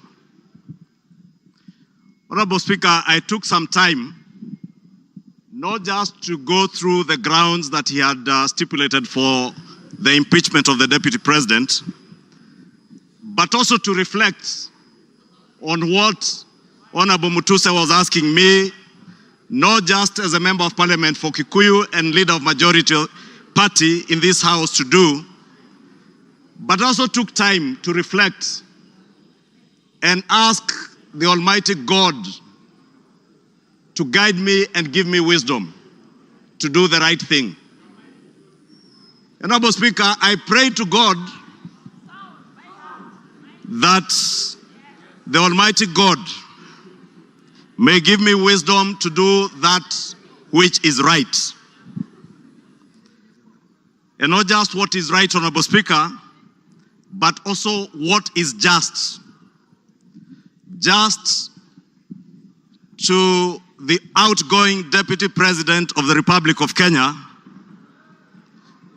but also just, more importantly, just to the people of Kenya who turned out in their numbers in 2022 to vote in a government that they believed would create cohesion and unity and offer them opportunities to excel and prosper as a people. Honorable Speaker, as I prayed for wisdom, I was also conscious that what is right is not always easy. And what is right is not always popular. And being a son of the mountain, representing people of the Mount Kenya region, Honorable Speaker, it was clear to me that what may be popular today may not be right. And that is why I asked God to give me the wisdom to do that what is right, Honorable Speaker. And I am here today to do what is right for the people of Kenya. I am here to do what is right, not just for the people of Mount Kenya. I am here to do what is right for the greater good of the Republic of Kenya, Honorable Speaker. And that is why I rise to support this impeachment motion, Honorable Speaker. Honorable Speaker, having listened to Honorable Mutuse and all the grounds, and having looked at the Constitution, Honorable Speaker, and I would beg for us to look at Article 150 on the removal of a deputy president, the reasons as to why you may remove a deputy president from office. The first one is on the ground of physical or mental incapacity to perform the functions of that office. We have no capacity to determine the physical and mental capacity of the deputy president, Rigathi Gachagua. But on impeachment as a second ground, the first ground is on the ground of a gross violation of a provision of this constitution or any other law. The question that begs is whether one Rigathi Geoffrey Gachagua has contravened or has grossly violated one provision of our constitution. And I think the Honorable Ekomas Mutuse was able to demonstrate this morning that Rigathi Gachagua has violated not one, but over 8 provisions of our constitution, which I agree with the Honorable Mutuse. And for that reason, Rigathi Gachagua ought and must be impeached today. The second ground, Honorable Speaker, is where there are serious reasons. And Senior Counsel Otiende Amolo went to great length this morning to explain what serious, when you believe there are serious reasons that the Deputy President has committed a crime under national or international law. Honorable Speaker, behind the veneer of humility that you have seen here this evening, behind the veneer of humility that Kenyans saw on national TVs on Sunday, pretending to apologize, is a dark face of violence. Is a dark face, Honorable Speaker, that is a great danger to our nationhood, a great danger to the unity of our republic, Honorable Speaker, a danger to the cohesive existence of our nation as we see it today, Honorable Speaker. On the first ground, Honorable Speaker, on the remark of Serikali ni kampuni, it pains me, Honorable Speaker, as I say, not just as leader of majority, but as a member of parliament of Kikuyu constituency, and also as a son of the mountain, where I come from. That, Honorable Speaker, today, the community I come from is being depicted as a community that is entitled and privileged. We are a community, Honorable Speaker, that has love for other Kenyans and other communities in our republic.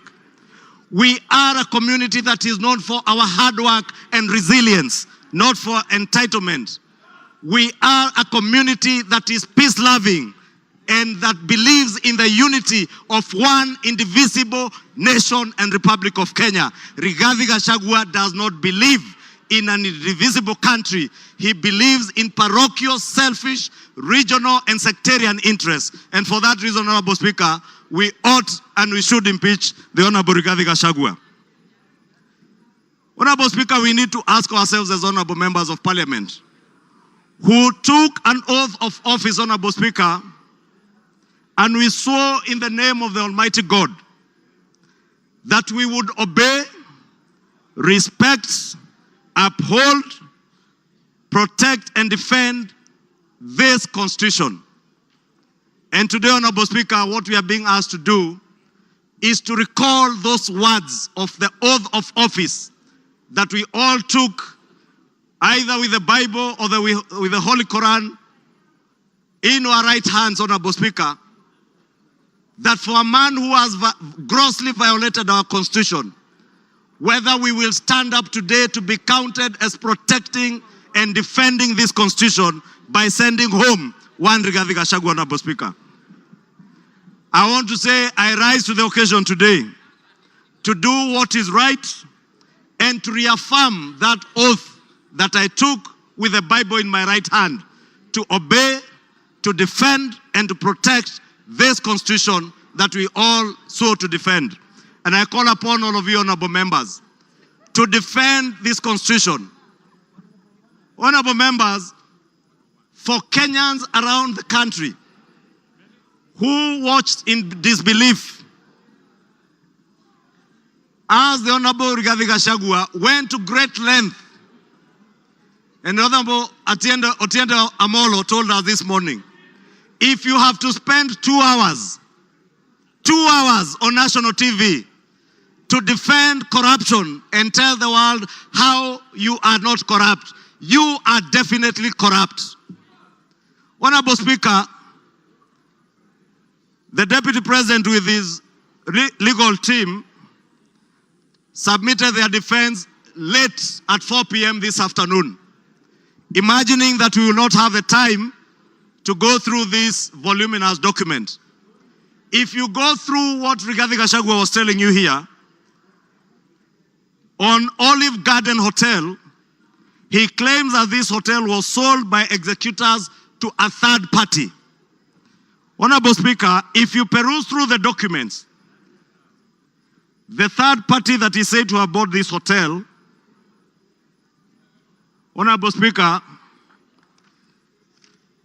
and allow me, Honorable Speaker, first to tell you that the joint executors of the will of the late Governor Nderitu Gachagua were Rigathi Gachagua, Advocate Njoroge Regeru, and one Mr. Mwai, who was said to have been his great friend, Mwai Madhenge.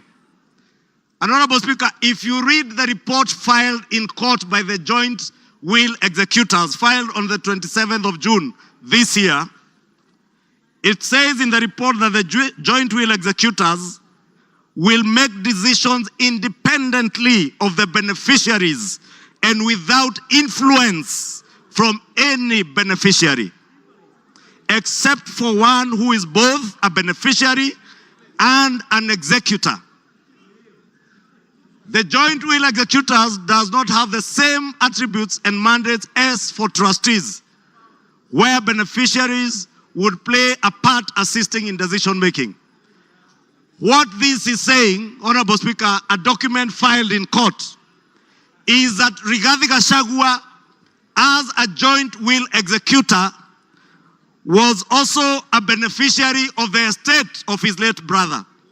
He was not only a joint will executor, he was also a beneficiary, and he was also a purchaser for value of the estate of his late brother. Olive Gardens is said to have been sold to one gentleman that many of us know, the Honorable Gishimu Githinji, the member for Gishugu, will tell you that the gentleman who is listed here as a purchaser for value for Olive Gardens, one Peterson Jomo Mushira, was a candidate in Gishugu constituency. He is a direct proxy of one Rigathi Geoffrey Gachagua. And Honorable Speaker, I must confess, and I am sorry to my friend Peterson because I know him. I just called him this afternoon when I saw this document, and I asked him whether TM Civil Engineering Limited is his company, and he confirmed to me it is indeed his company. I therefore want to tell you Olive Gardens was purchased through the proxy of Peterson Jomo Mushira with 0 shares and TM Civil Engineering Limited with 6,000 shares. Those who have visited the Annex House, the office of the Deputy President, know this Jomo is a permanent fixture in the office of the Deputy President, and therefore his direct proxy. Honorable Speaker, we are also told, Honorable Speaker, that these very hardworking young Kenyans, in the names of Keith Ikino Rigathi and Kevin Gachagua Rigathi, who are listed on the CR12 of the documents that were tabled this afternoon by Rigathi, are shareholders of Vipingo Beach Resort that owns the Vipingo property in Kilifi County, the one the Honorable Chonga was speaking about. Rigathi Gachagua told Kenyans on national TV that this property is still owned by the family and therefore is still part of the estate. Keith Ikino and Kevin Gachagua, his sons, were not joint will executors of the estate of Nderito Gachagua. And the owners who are listed on this CR12 is Keith Ikino Rigathi, Kevin Gachagua Rigathi, and the estate of the deceased James Nderito Gachagua. It is a rather ingenious way of trying to hide behind the estate of his late brother. And how shameful, Honorable Speaker, that the Deputy President of the Republic of Kenya would hide behind the veil of the estate of his late brother to disguise what is outright proceeds of crime, because he is a purchaser of this property, and that is why his 2 sons are listed as directors and shareholders of Vipingo Beach Resort. But he was on national TV telling Kenyans, this is a property that belongs to the family, and we have decided to keep it. This is a House of Records, Honorable Speaker, and it is good we gave the Honorable Rigathi Gachagua an opportunity to be heard so that we can expose his lies in broad daylight or this early in the evening. And I want to tell Kenyans and all of you members, save this country from this dark face, Honorable Speaker, honorable members. Save this country, Honorable Speaker. Honorable Speaker, because of time, I know there was alluding, Honorable Speaker, if you look at the time this company, Vipingo Beach Resort, was formed, it was founded on 5th August 2008. I would guess if Keith Gachagua is 31 years old today, at the time this company was registered, he was only 15 years old or 14 years old. He cannot have been listed as a director. His younger brother must have been 12 or 13. For heaven's sake, Deputy President, give some credit. Honorable Speaker, we also had the issue of shareholding, Honorable Speaker. And we were told that in our coalition agreements, Honorable Speaker, and you are then the leader of Ford Kenya, and you know you never subscribed to shareholding in our coalition agreements within Kenya Kwanza. Anybody who subscribed to the Kenya Kwanza coalition was subscribing not to shares, but to an ideology, a shared ideology, not shareholding, as Rigathi Gachagua wants Kenyans to believe.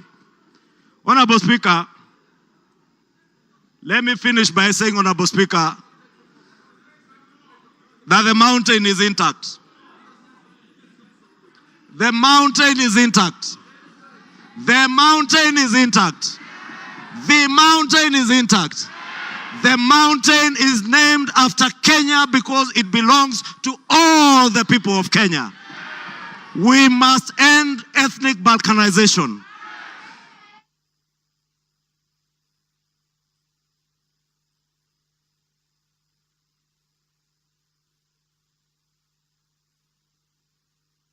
Give him another 2-3 minutes.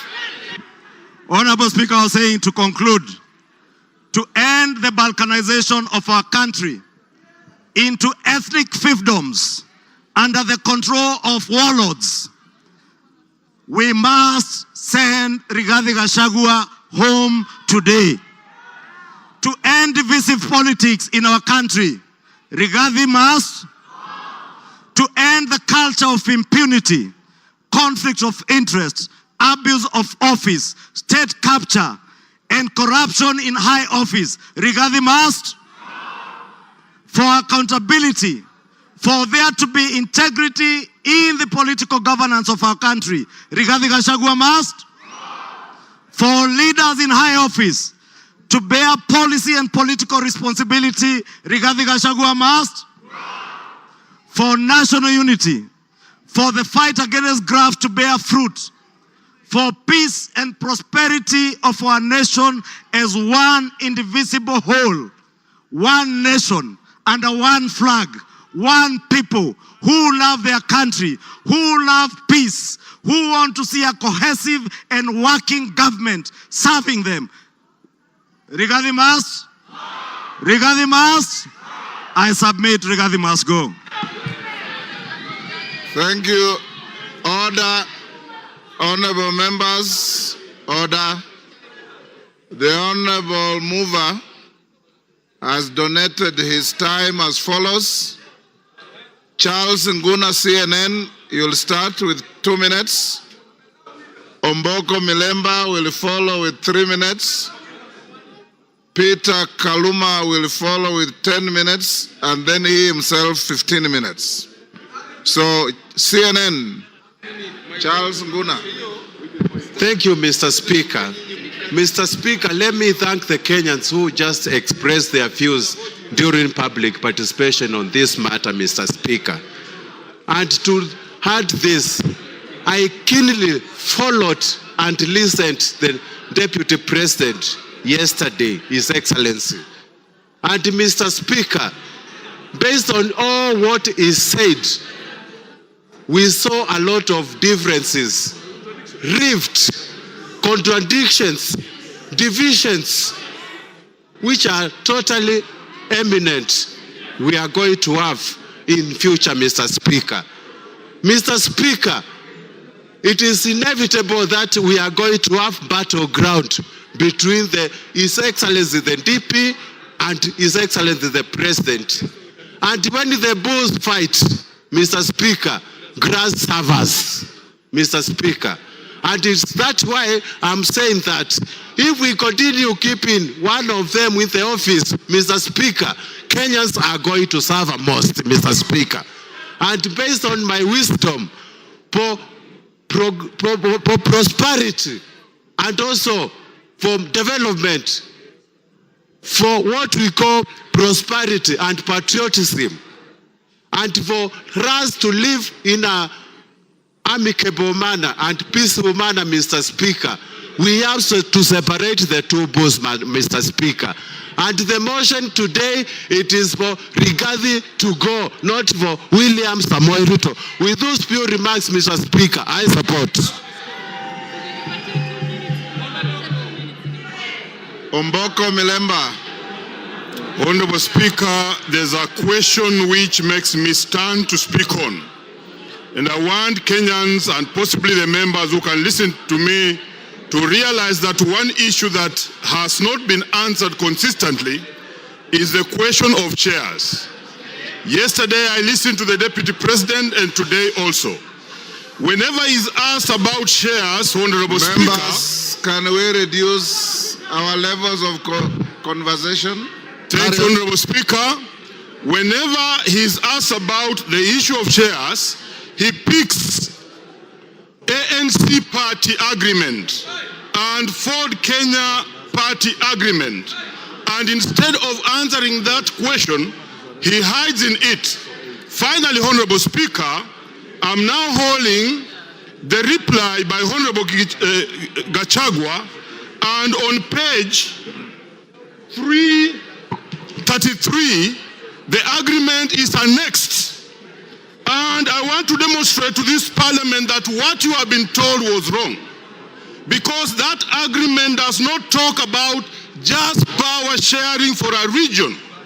He has avoided intentionally to read the entire paragraph which says that the sharing of the political parties will also depending further on the need to achieve an inclusive government that reflects the face of Kenya, including the need to accommodate the representation of any future member party and all regions of Kenya.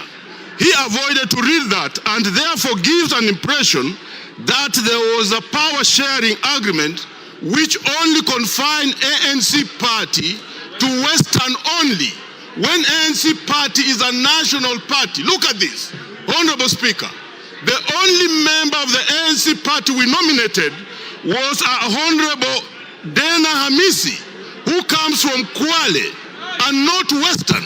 So this is an issue which has not been tackled. Two, he is unable to deal with Senior Counsel Tenda Molo's assertion in the morning that how would you elevate the agreements of a political party beyond the Constitution of Kenya? It's very important that as you make your decision, you get that this was a false lie. Finally, Honorable Speaker, in all this we have seen all the techniques of card stacking, of propaganda, which include card stacking, emotional appeal, branding, and that's why we have seen the name of the president being dragged in this matter today. I think the motion on the floor is for the makanga, it's not for the driver. Thank you, Honorable Speaker. I support. I have been advised by the mover that Lillian Kogo will take 2 minutes and Kaluma 8 minutes instead of 10. Lillian Kogo. I thank you so much, Honorable Speaker, and I want to thank all the members who have contributed to this motion. I rise to support. I had not given my voice to it, but Honorable Speaker, as you were speaking earlier, Honorable Speaker, I believe the Honorable Deputy President of the Republic of Kenya was following the proceedings of this House. And one of the matters, Honorable Speaker, that came out so clearly, Honorable Speaker, was the insult on women, Honorable Speaker. Women form a substantive position in this country's national development, Honorable Speaker. And Honorable Speaker, I expected that when the Deputy President came to this House, he was going to address this matter on a special way, Honorable Speaker. But I did not listen. I did not hear him.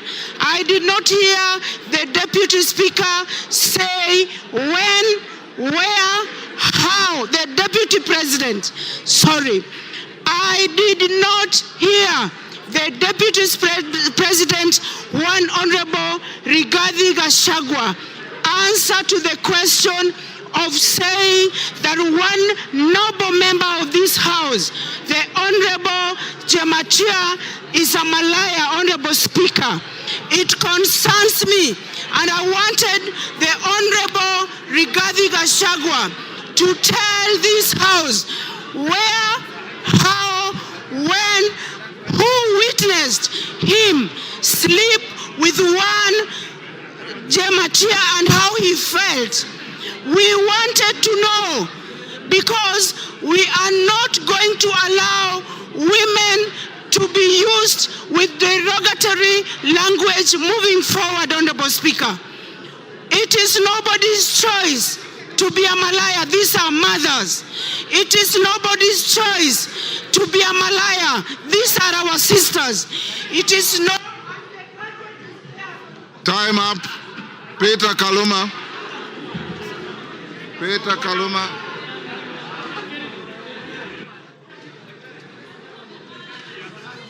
Peter Kaluma. Honorable members. I thank you.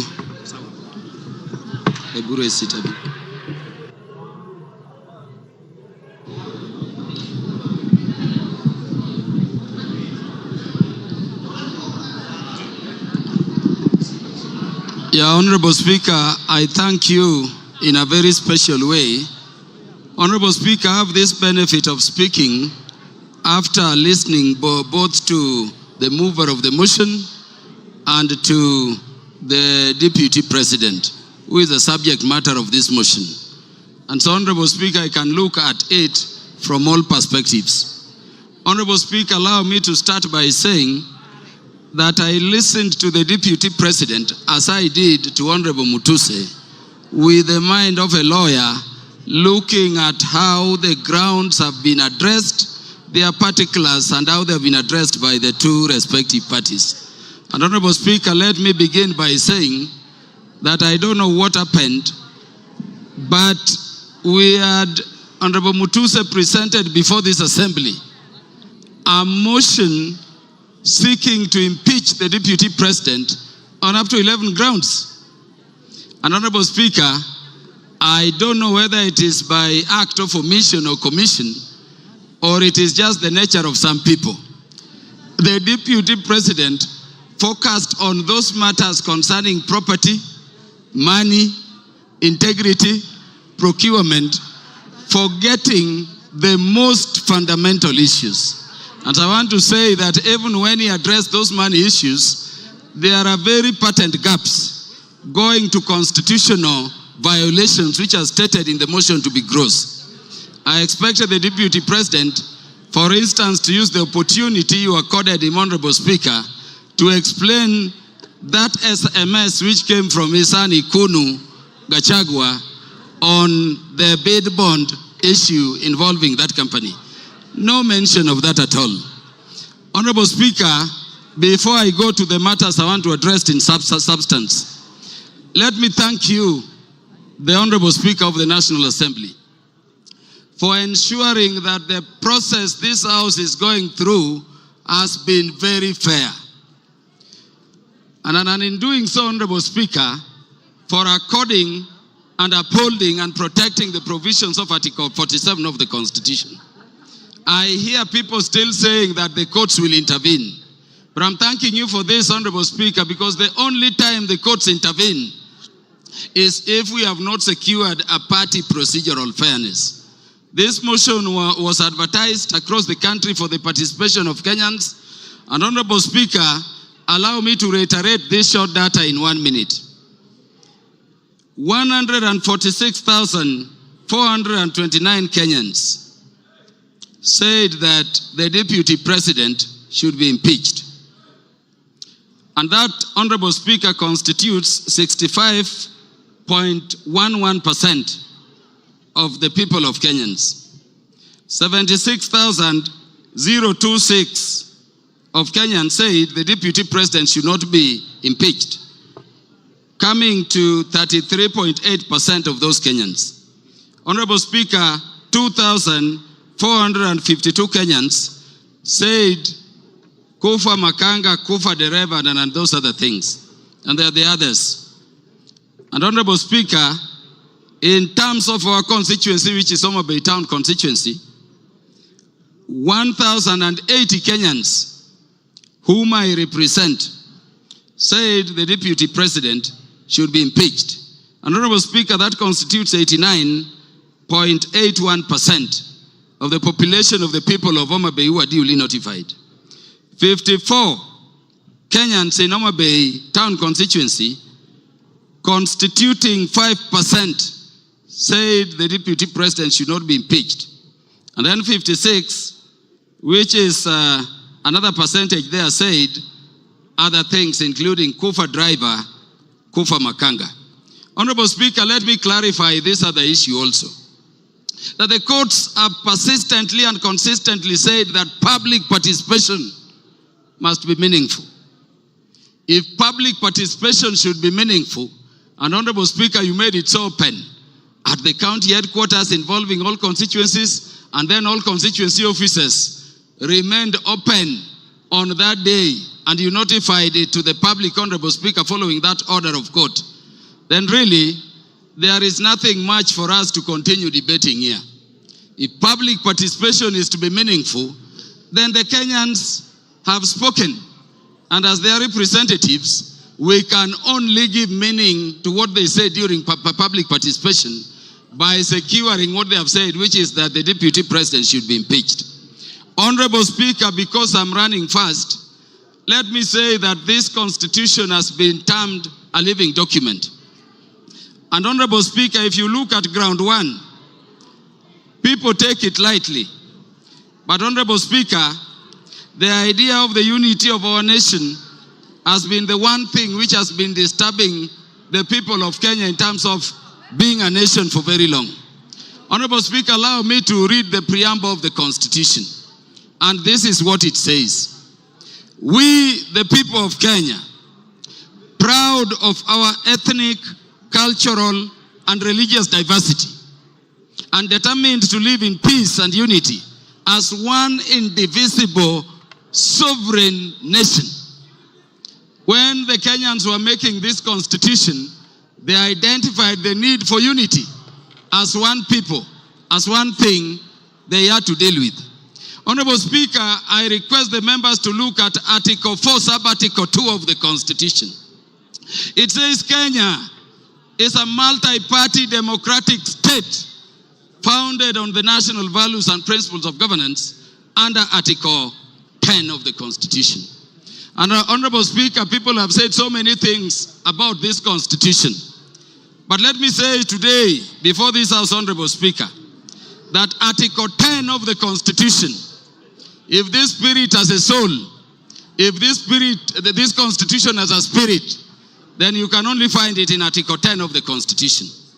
At Article 10, Sub-Article 2, those national values which were identified by the people of Kenya during constitution making as the things which Kenya needs to address are the following, Honorable Speaker. Patriotism, national unity, sharing and devolution of power, the rule of law, democracy and participation of the people, human dignity, equity, social justice, inclusiveness, equality, human rights, non-discrimination, and protection of the marginalized. Honorable Speaker, at the very heart of a nation is equal ownership and equal sharing in the resources of the nation. It cannot be therefore, Honorable Speaker, that a state officer at the level of the deputy president is singing to other Kenyans how they are shareholders and they don't belong to this country.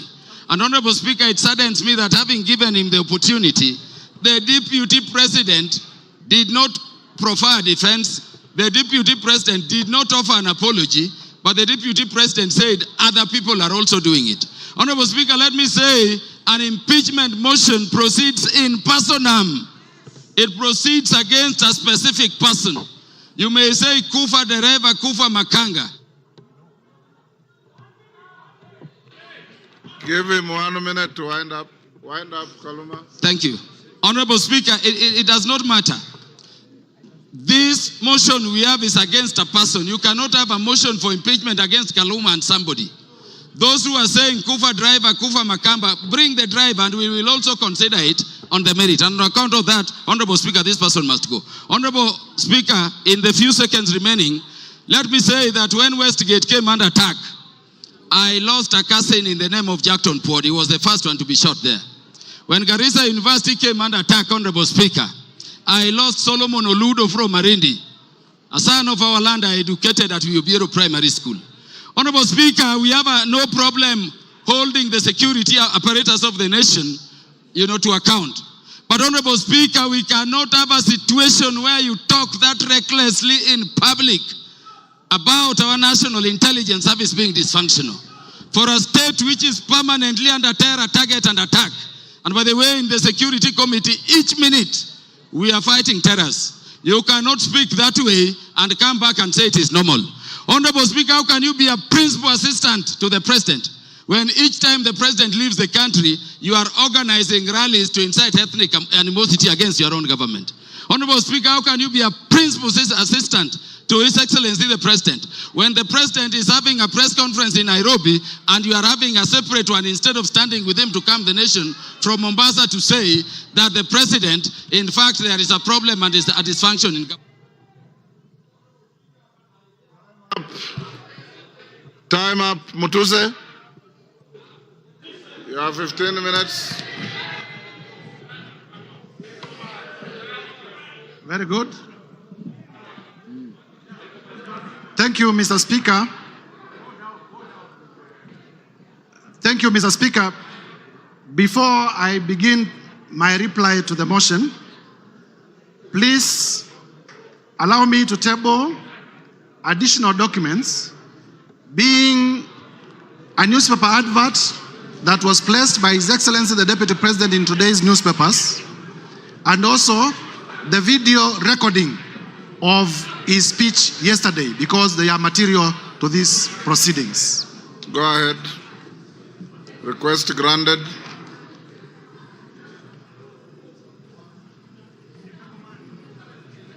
Mr. Speaker, I have tabled the two documents, electronic and physical, because during the course of this debate, members in many instances had referred to them, and therefore it is only fair that they are part of the record.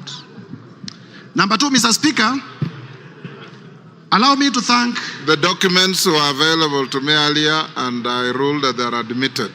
Thank you, Mr. Speaker. Yes. I want to be very brief because I know the National Assembly of the Republic of Kenya wants to make a decision on the matter of impeachment of His Excellency Rigathi Gachagua. Mr. Speaker, to begin with is to thank colleague members of Parliament from both sides of the House for the robust debate in terms of the motion that we presented before the House this morning.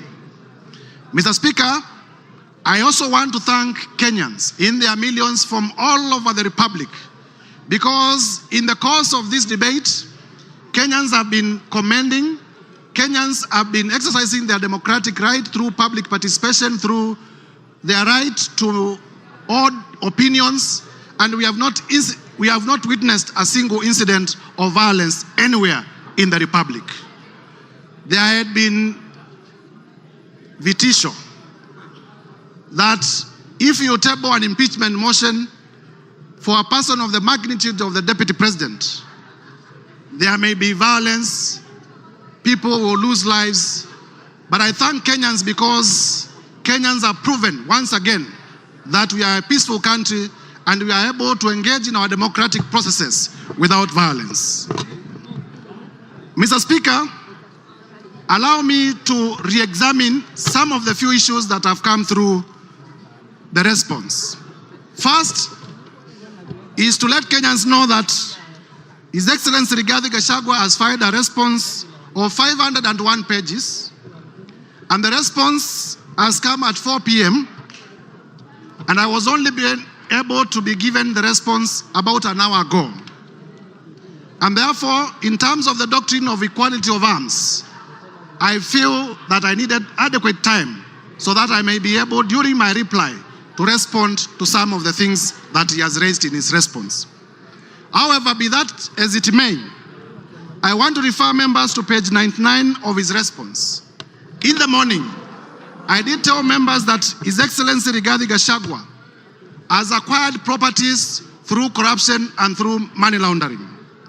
And when he has come before this House, he has told you that the hotel that he acquired in Nyeri was acquired through a loan. However, the only document exhibited as evidence of that loan is a letter of offer from Credit Bank Limited. There is no evidence exhibited by Mr. Rigathi Gachagua, the current Deputy President, to the effect that the loan was actually finalized, to the effect that he actually got the loan. Mr. Speaker, as a term of the letter of offer, in terms of lien and set-off, and I read, a lien and set-off of a fixed deposits of LN Crystal Kenya Limited for an aggregate amount of 300 million Kenya shillings. Interest accrued shall be credited to your deposit settlement account.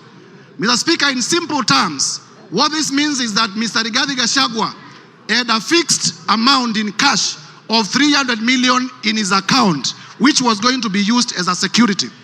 I asked Mr. Rigathi Gachagua to tell us where he had gotten this 300 million if my allegations that he's laundering money are not true. And therefore, by virtue of his response, it confirms my assertions that he has monies he has wealth, he has cash, that is suspect. If you may give me my phone. In terms of whether Kenya is a company or not. Do you want information from member for West Mugirango? Yes, you may. Go ahead. Mr. Speaker, I want to inform the Honorable Mutuse that the director for Credit Bank Kenya Limited is one Grace Nyachai, who hails from Nyeri and is a relative of His Excellency Rigathi Gachagua, and therefore I say no more. I thank you, Mr. Speaker. Mr. Speaker, it is important for this House to note that in the morning, I did present evidence of suspicious money transactions. I did present evidence that His Excellency Rigathi Gachagua, either by himself or through relatives or through proxies, has acquired properties that are way beyond his known sources of income, and that evidence remains uncontroverted. Turning, Mr. Speaker, to the issue of whether Kenya is a company owned by shareholders.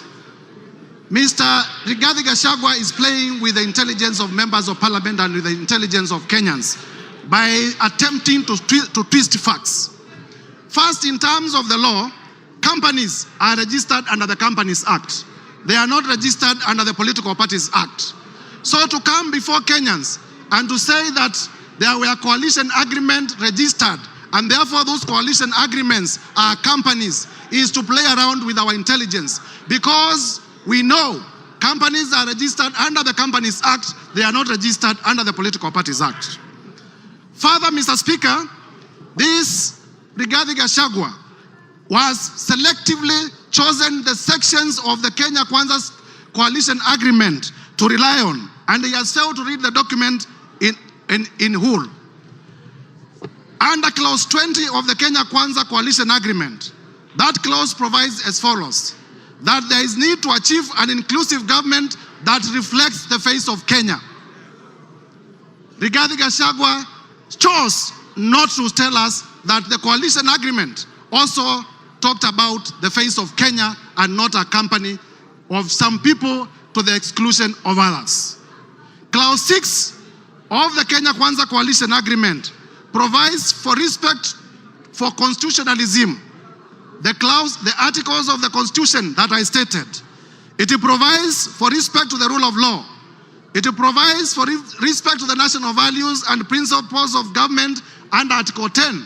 And it provides for respect to devolution. Mr. Rigathi Gachagua did not tell us that. Clause 22G of the coalition agreement among the Kenya Kwanza political parties provides that there will be adjustments that may be necessary to accommodate the development priorities of other parts of the country to ensure equitable distribution of Kenya's national resources and wealth for the benefit of every citizen and every part of Kenya. This Mr. Rigathi Gachagua could not tell you because it was going to destroy his case. And therefore, honorable members, I urge you to find that Mr. Rigathi Gachagua, in his assertions about shareholding and a company, it was not in reference to political parties, it was in reference to regions, it was in reference to communities, and the evidence that we provided remains uncontroverted, and this ground must be confirmed. Mr. Speaker, on the issue of KEMSA, again, to show a man who is a flip-flop, yesterday on live television, Honorable Rigathi Gachagua admitted that he personally called Dr. Andrew Mulwa by his own phone yesterday on television. Today, appearing before us, he denies that he did not call him. So, which part of his testimony do we believe? Do we believe the testimony that he gave yesterday on national television, that he did call Dr. Andrew Mulwa, and that he sent his own son to Dr. Andrew Mulwa to collect the bid bond? Or do we believe the testimony that he has brought today, altered testimony that he has brought today? I urge you to find that Mr. Rigathi Gachagua indeed did call to influence investigations. On the issue of cabinet, Mr. Speaker, if you may allow me just 1 minute. On the issue of cabinet resolution, he has admitted and proceeded to justify that despite the existence of a valid cabinet decision in a cabinet meeting that he sat, he chose to defy that cabinet decision. And for that reason, Mr. Gachagua, by his own admission, must be removed from government. Mr. Speaker, as I conclude, this is the National Assembly of the Republic of Kenya. And for the National Assembly of the Republic of Kenya to assert its constitutional authority, Mr. Rigathi Gachagua must be impeached today. I urge members. Mr. Rigathi Gachagua, we have heard from members here, has made inflammatory remarks against the women of the Republic. For the respect of the women of the Republic of Kenya, Mr. Rigathi Gachagua must be impeached today. We have heard that Mr. Rigathi Gachagua has disinherited the widows of his own brother. And for the widows of Kenya, beginning from Madeira, to be safe, Mr. Rigathi Gachagua must be impeached today. And therefore, I urge members to find favor with my motion from clause 1 to clause 11. And as you vote to impeach Mr. Rigathi Gachagua. I thank you, Mr. Speaker, I beg to move. and I beg to move. Thank you. Honorable members on their feet, take your seats. Take your seats. Take your seats. Brighton, take your seats. Today you are very mobile.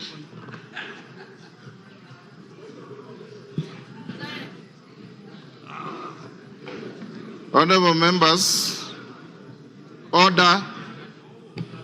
Honorable members, Honorable Jeho, take your seat. Honorable members, we are coming to the end of this motion. And before I put the question, this is one motion where there is no voice vote. We'll go straight into division, so that no ayes have it at the putting of the question. The House Business Committee yesterday deliberated on the manner of voting, and it was unanimously agreed that there will be a roll call vote. There will be a roll call vote. That being the case, we should be done, if we are orderly, we should be done in the next 30 minutes to 40 minutes, maximum 1 hour. When we start voting, order. When we start voting, I'll instruct the clerk and the teller, having conducted yourselves exemplarily well, any member who precedes his or her vote with a preamble or a speech or a statement will be a spoiled vote. Once you are called, order. The vote is simply yes or no. Time for speeches have extinguished in the debate. I now put the question. Of course, there are always three: yes, no, abstention. Order, member for West Mugirango. There's nothing out of order. Steve.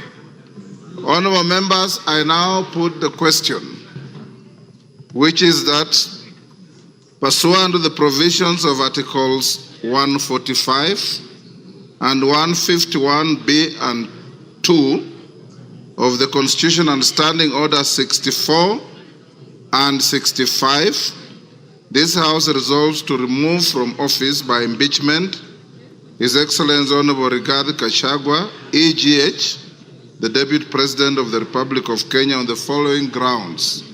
1.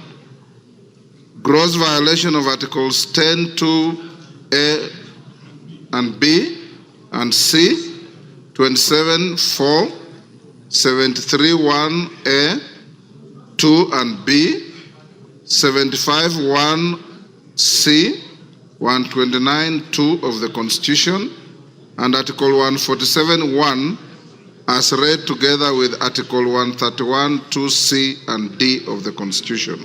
2, gross violation of Articles 147(1) and 152(1) of the Constitution by undermining the President and the Cabinet and the effective discharge of the national government executive mandate.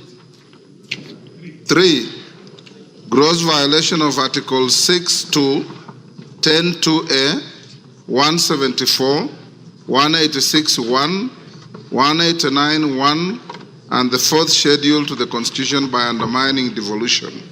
4, gross violation of Article 161 of the Constitution on the institutional and decisional independence of judges. 5, gross violation of Articles 3(1) and 148(5)(a) of the Constitution on the fidelity to the oath of office and allegiance. 6, serious reasons to believe that His Excellency the Deputy President has committed crimes under Sections 13(1)(a) and 62 of the National Cohesion and Integration Act. 7, serious reasons to believe that His Excellency the Deputy President has committed gross economic crimes under Sections 45(1), 46, 47(a)(3), and 48(1) of the Anti-Corruption and Economic Crimes Act and Sections 2, 3, 4, and 7 of the Proceeds of Crime and Anti-Money Laundering Act. 8, serious reasons to believe that His Excellency the Deputy President has committed crimes by continuously misleading members of the public through false, malicious, divisive, and insightful remarks that are contrary to the provisions of Section 132 of the Penal Code and Section 29 of the Leadership and Integrity Act. 9, gross misconduct that is incompatible with the high calling and dignified status of the office of the Deputy President, a member of the Cabinet and the National Security Council. His Excellency the Deputy President has publicly attacked and undermined the work of the National Intelligence Service and its officers. 10, gross misconduct by openly or publicly insubordinating the President, who is the head of state and government. And 11, gross misconduct by persistently bullying state and public officers. I now direct that the division bell be rung for 5 minutes. Then thereafter, we will go into voting process. As we do so, can the whips give us, yes, Jeanette? Mr. Speaker, I propose that only the whips should be allowed to go out of the chambers, Mr. Speaker. The rest should remain seated. Yeah. Only the whips should be allowed to go out, Mr. Speaker. The rest of the members can sit and hold their things on the. That's the rule. That's the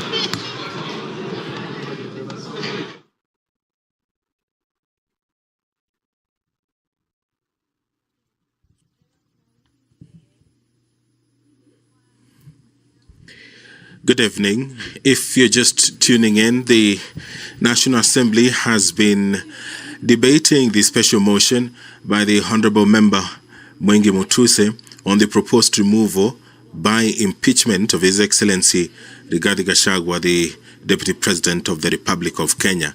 The Honorable Member in the special motion did advance 11 accusations against the Deputy President, and among them his gross violation of Articles 10, Subarticle 2A, B, and C, Article 27, Subarticle 4, Article 73, Subarticle 1A, Article 2B, Article 75, 1C, Article 129, Sub-Article 2 of the Constitution and Article 147, Sub-Article 1, as read together with Article 131, Sub-Article 2C and D of the Constitution, that the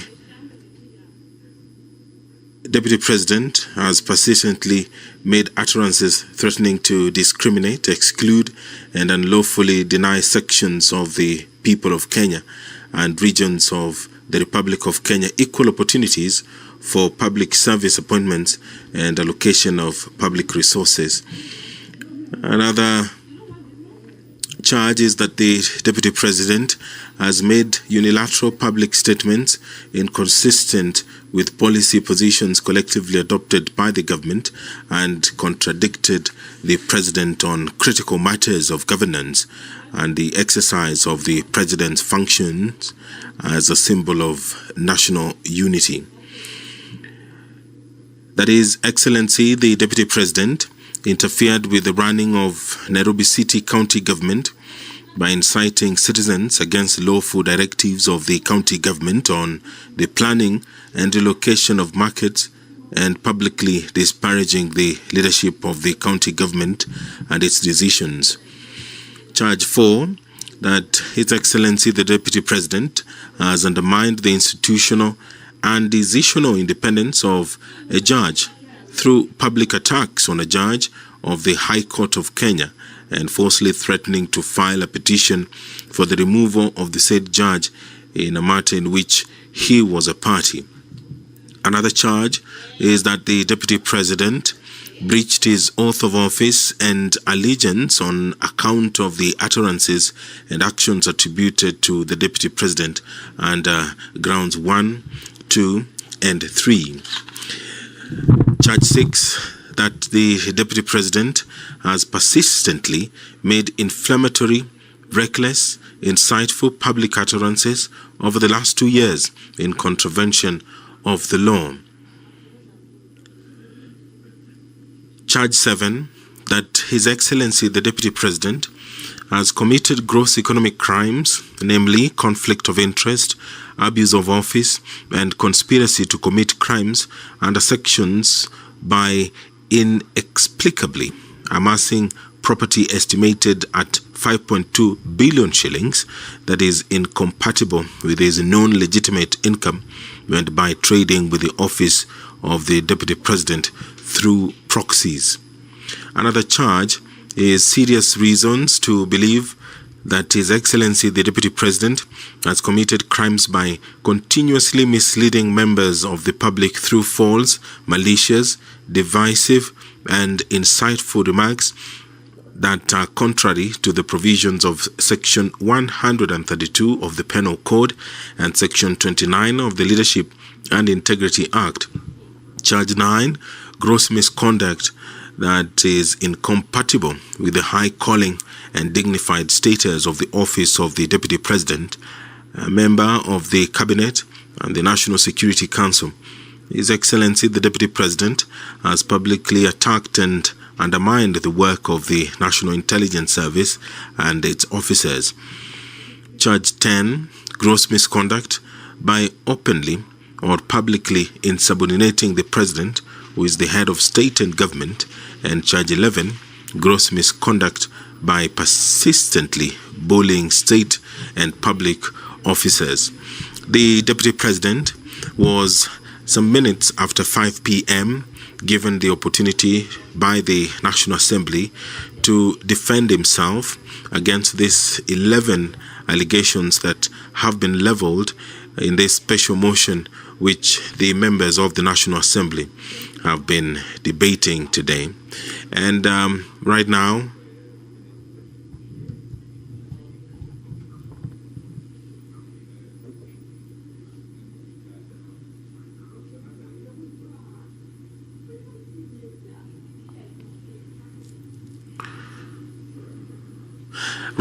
the respective leadership in the House is whipping members to come into the chambers to allow the division to proceed. Remember that this requires more than 200 or at least 233 members of the National Assembly voting in affirmative, and they will be doing so through a roll call. Standing Order 65.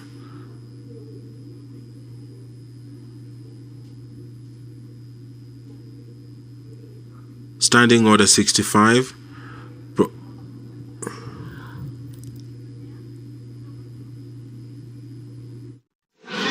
Honorable members, take your seats. Whips, you are satisfied your members are all in the house?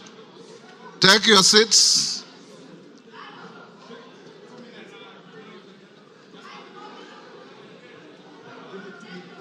Okay. You have 2 minutes. Members who are on their feet, take your seats.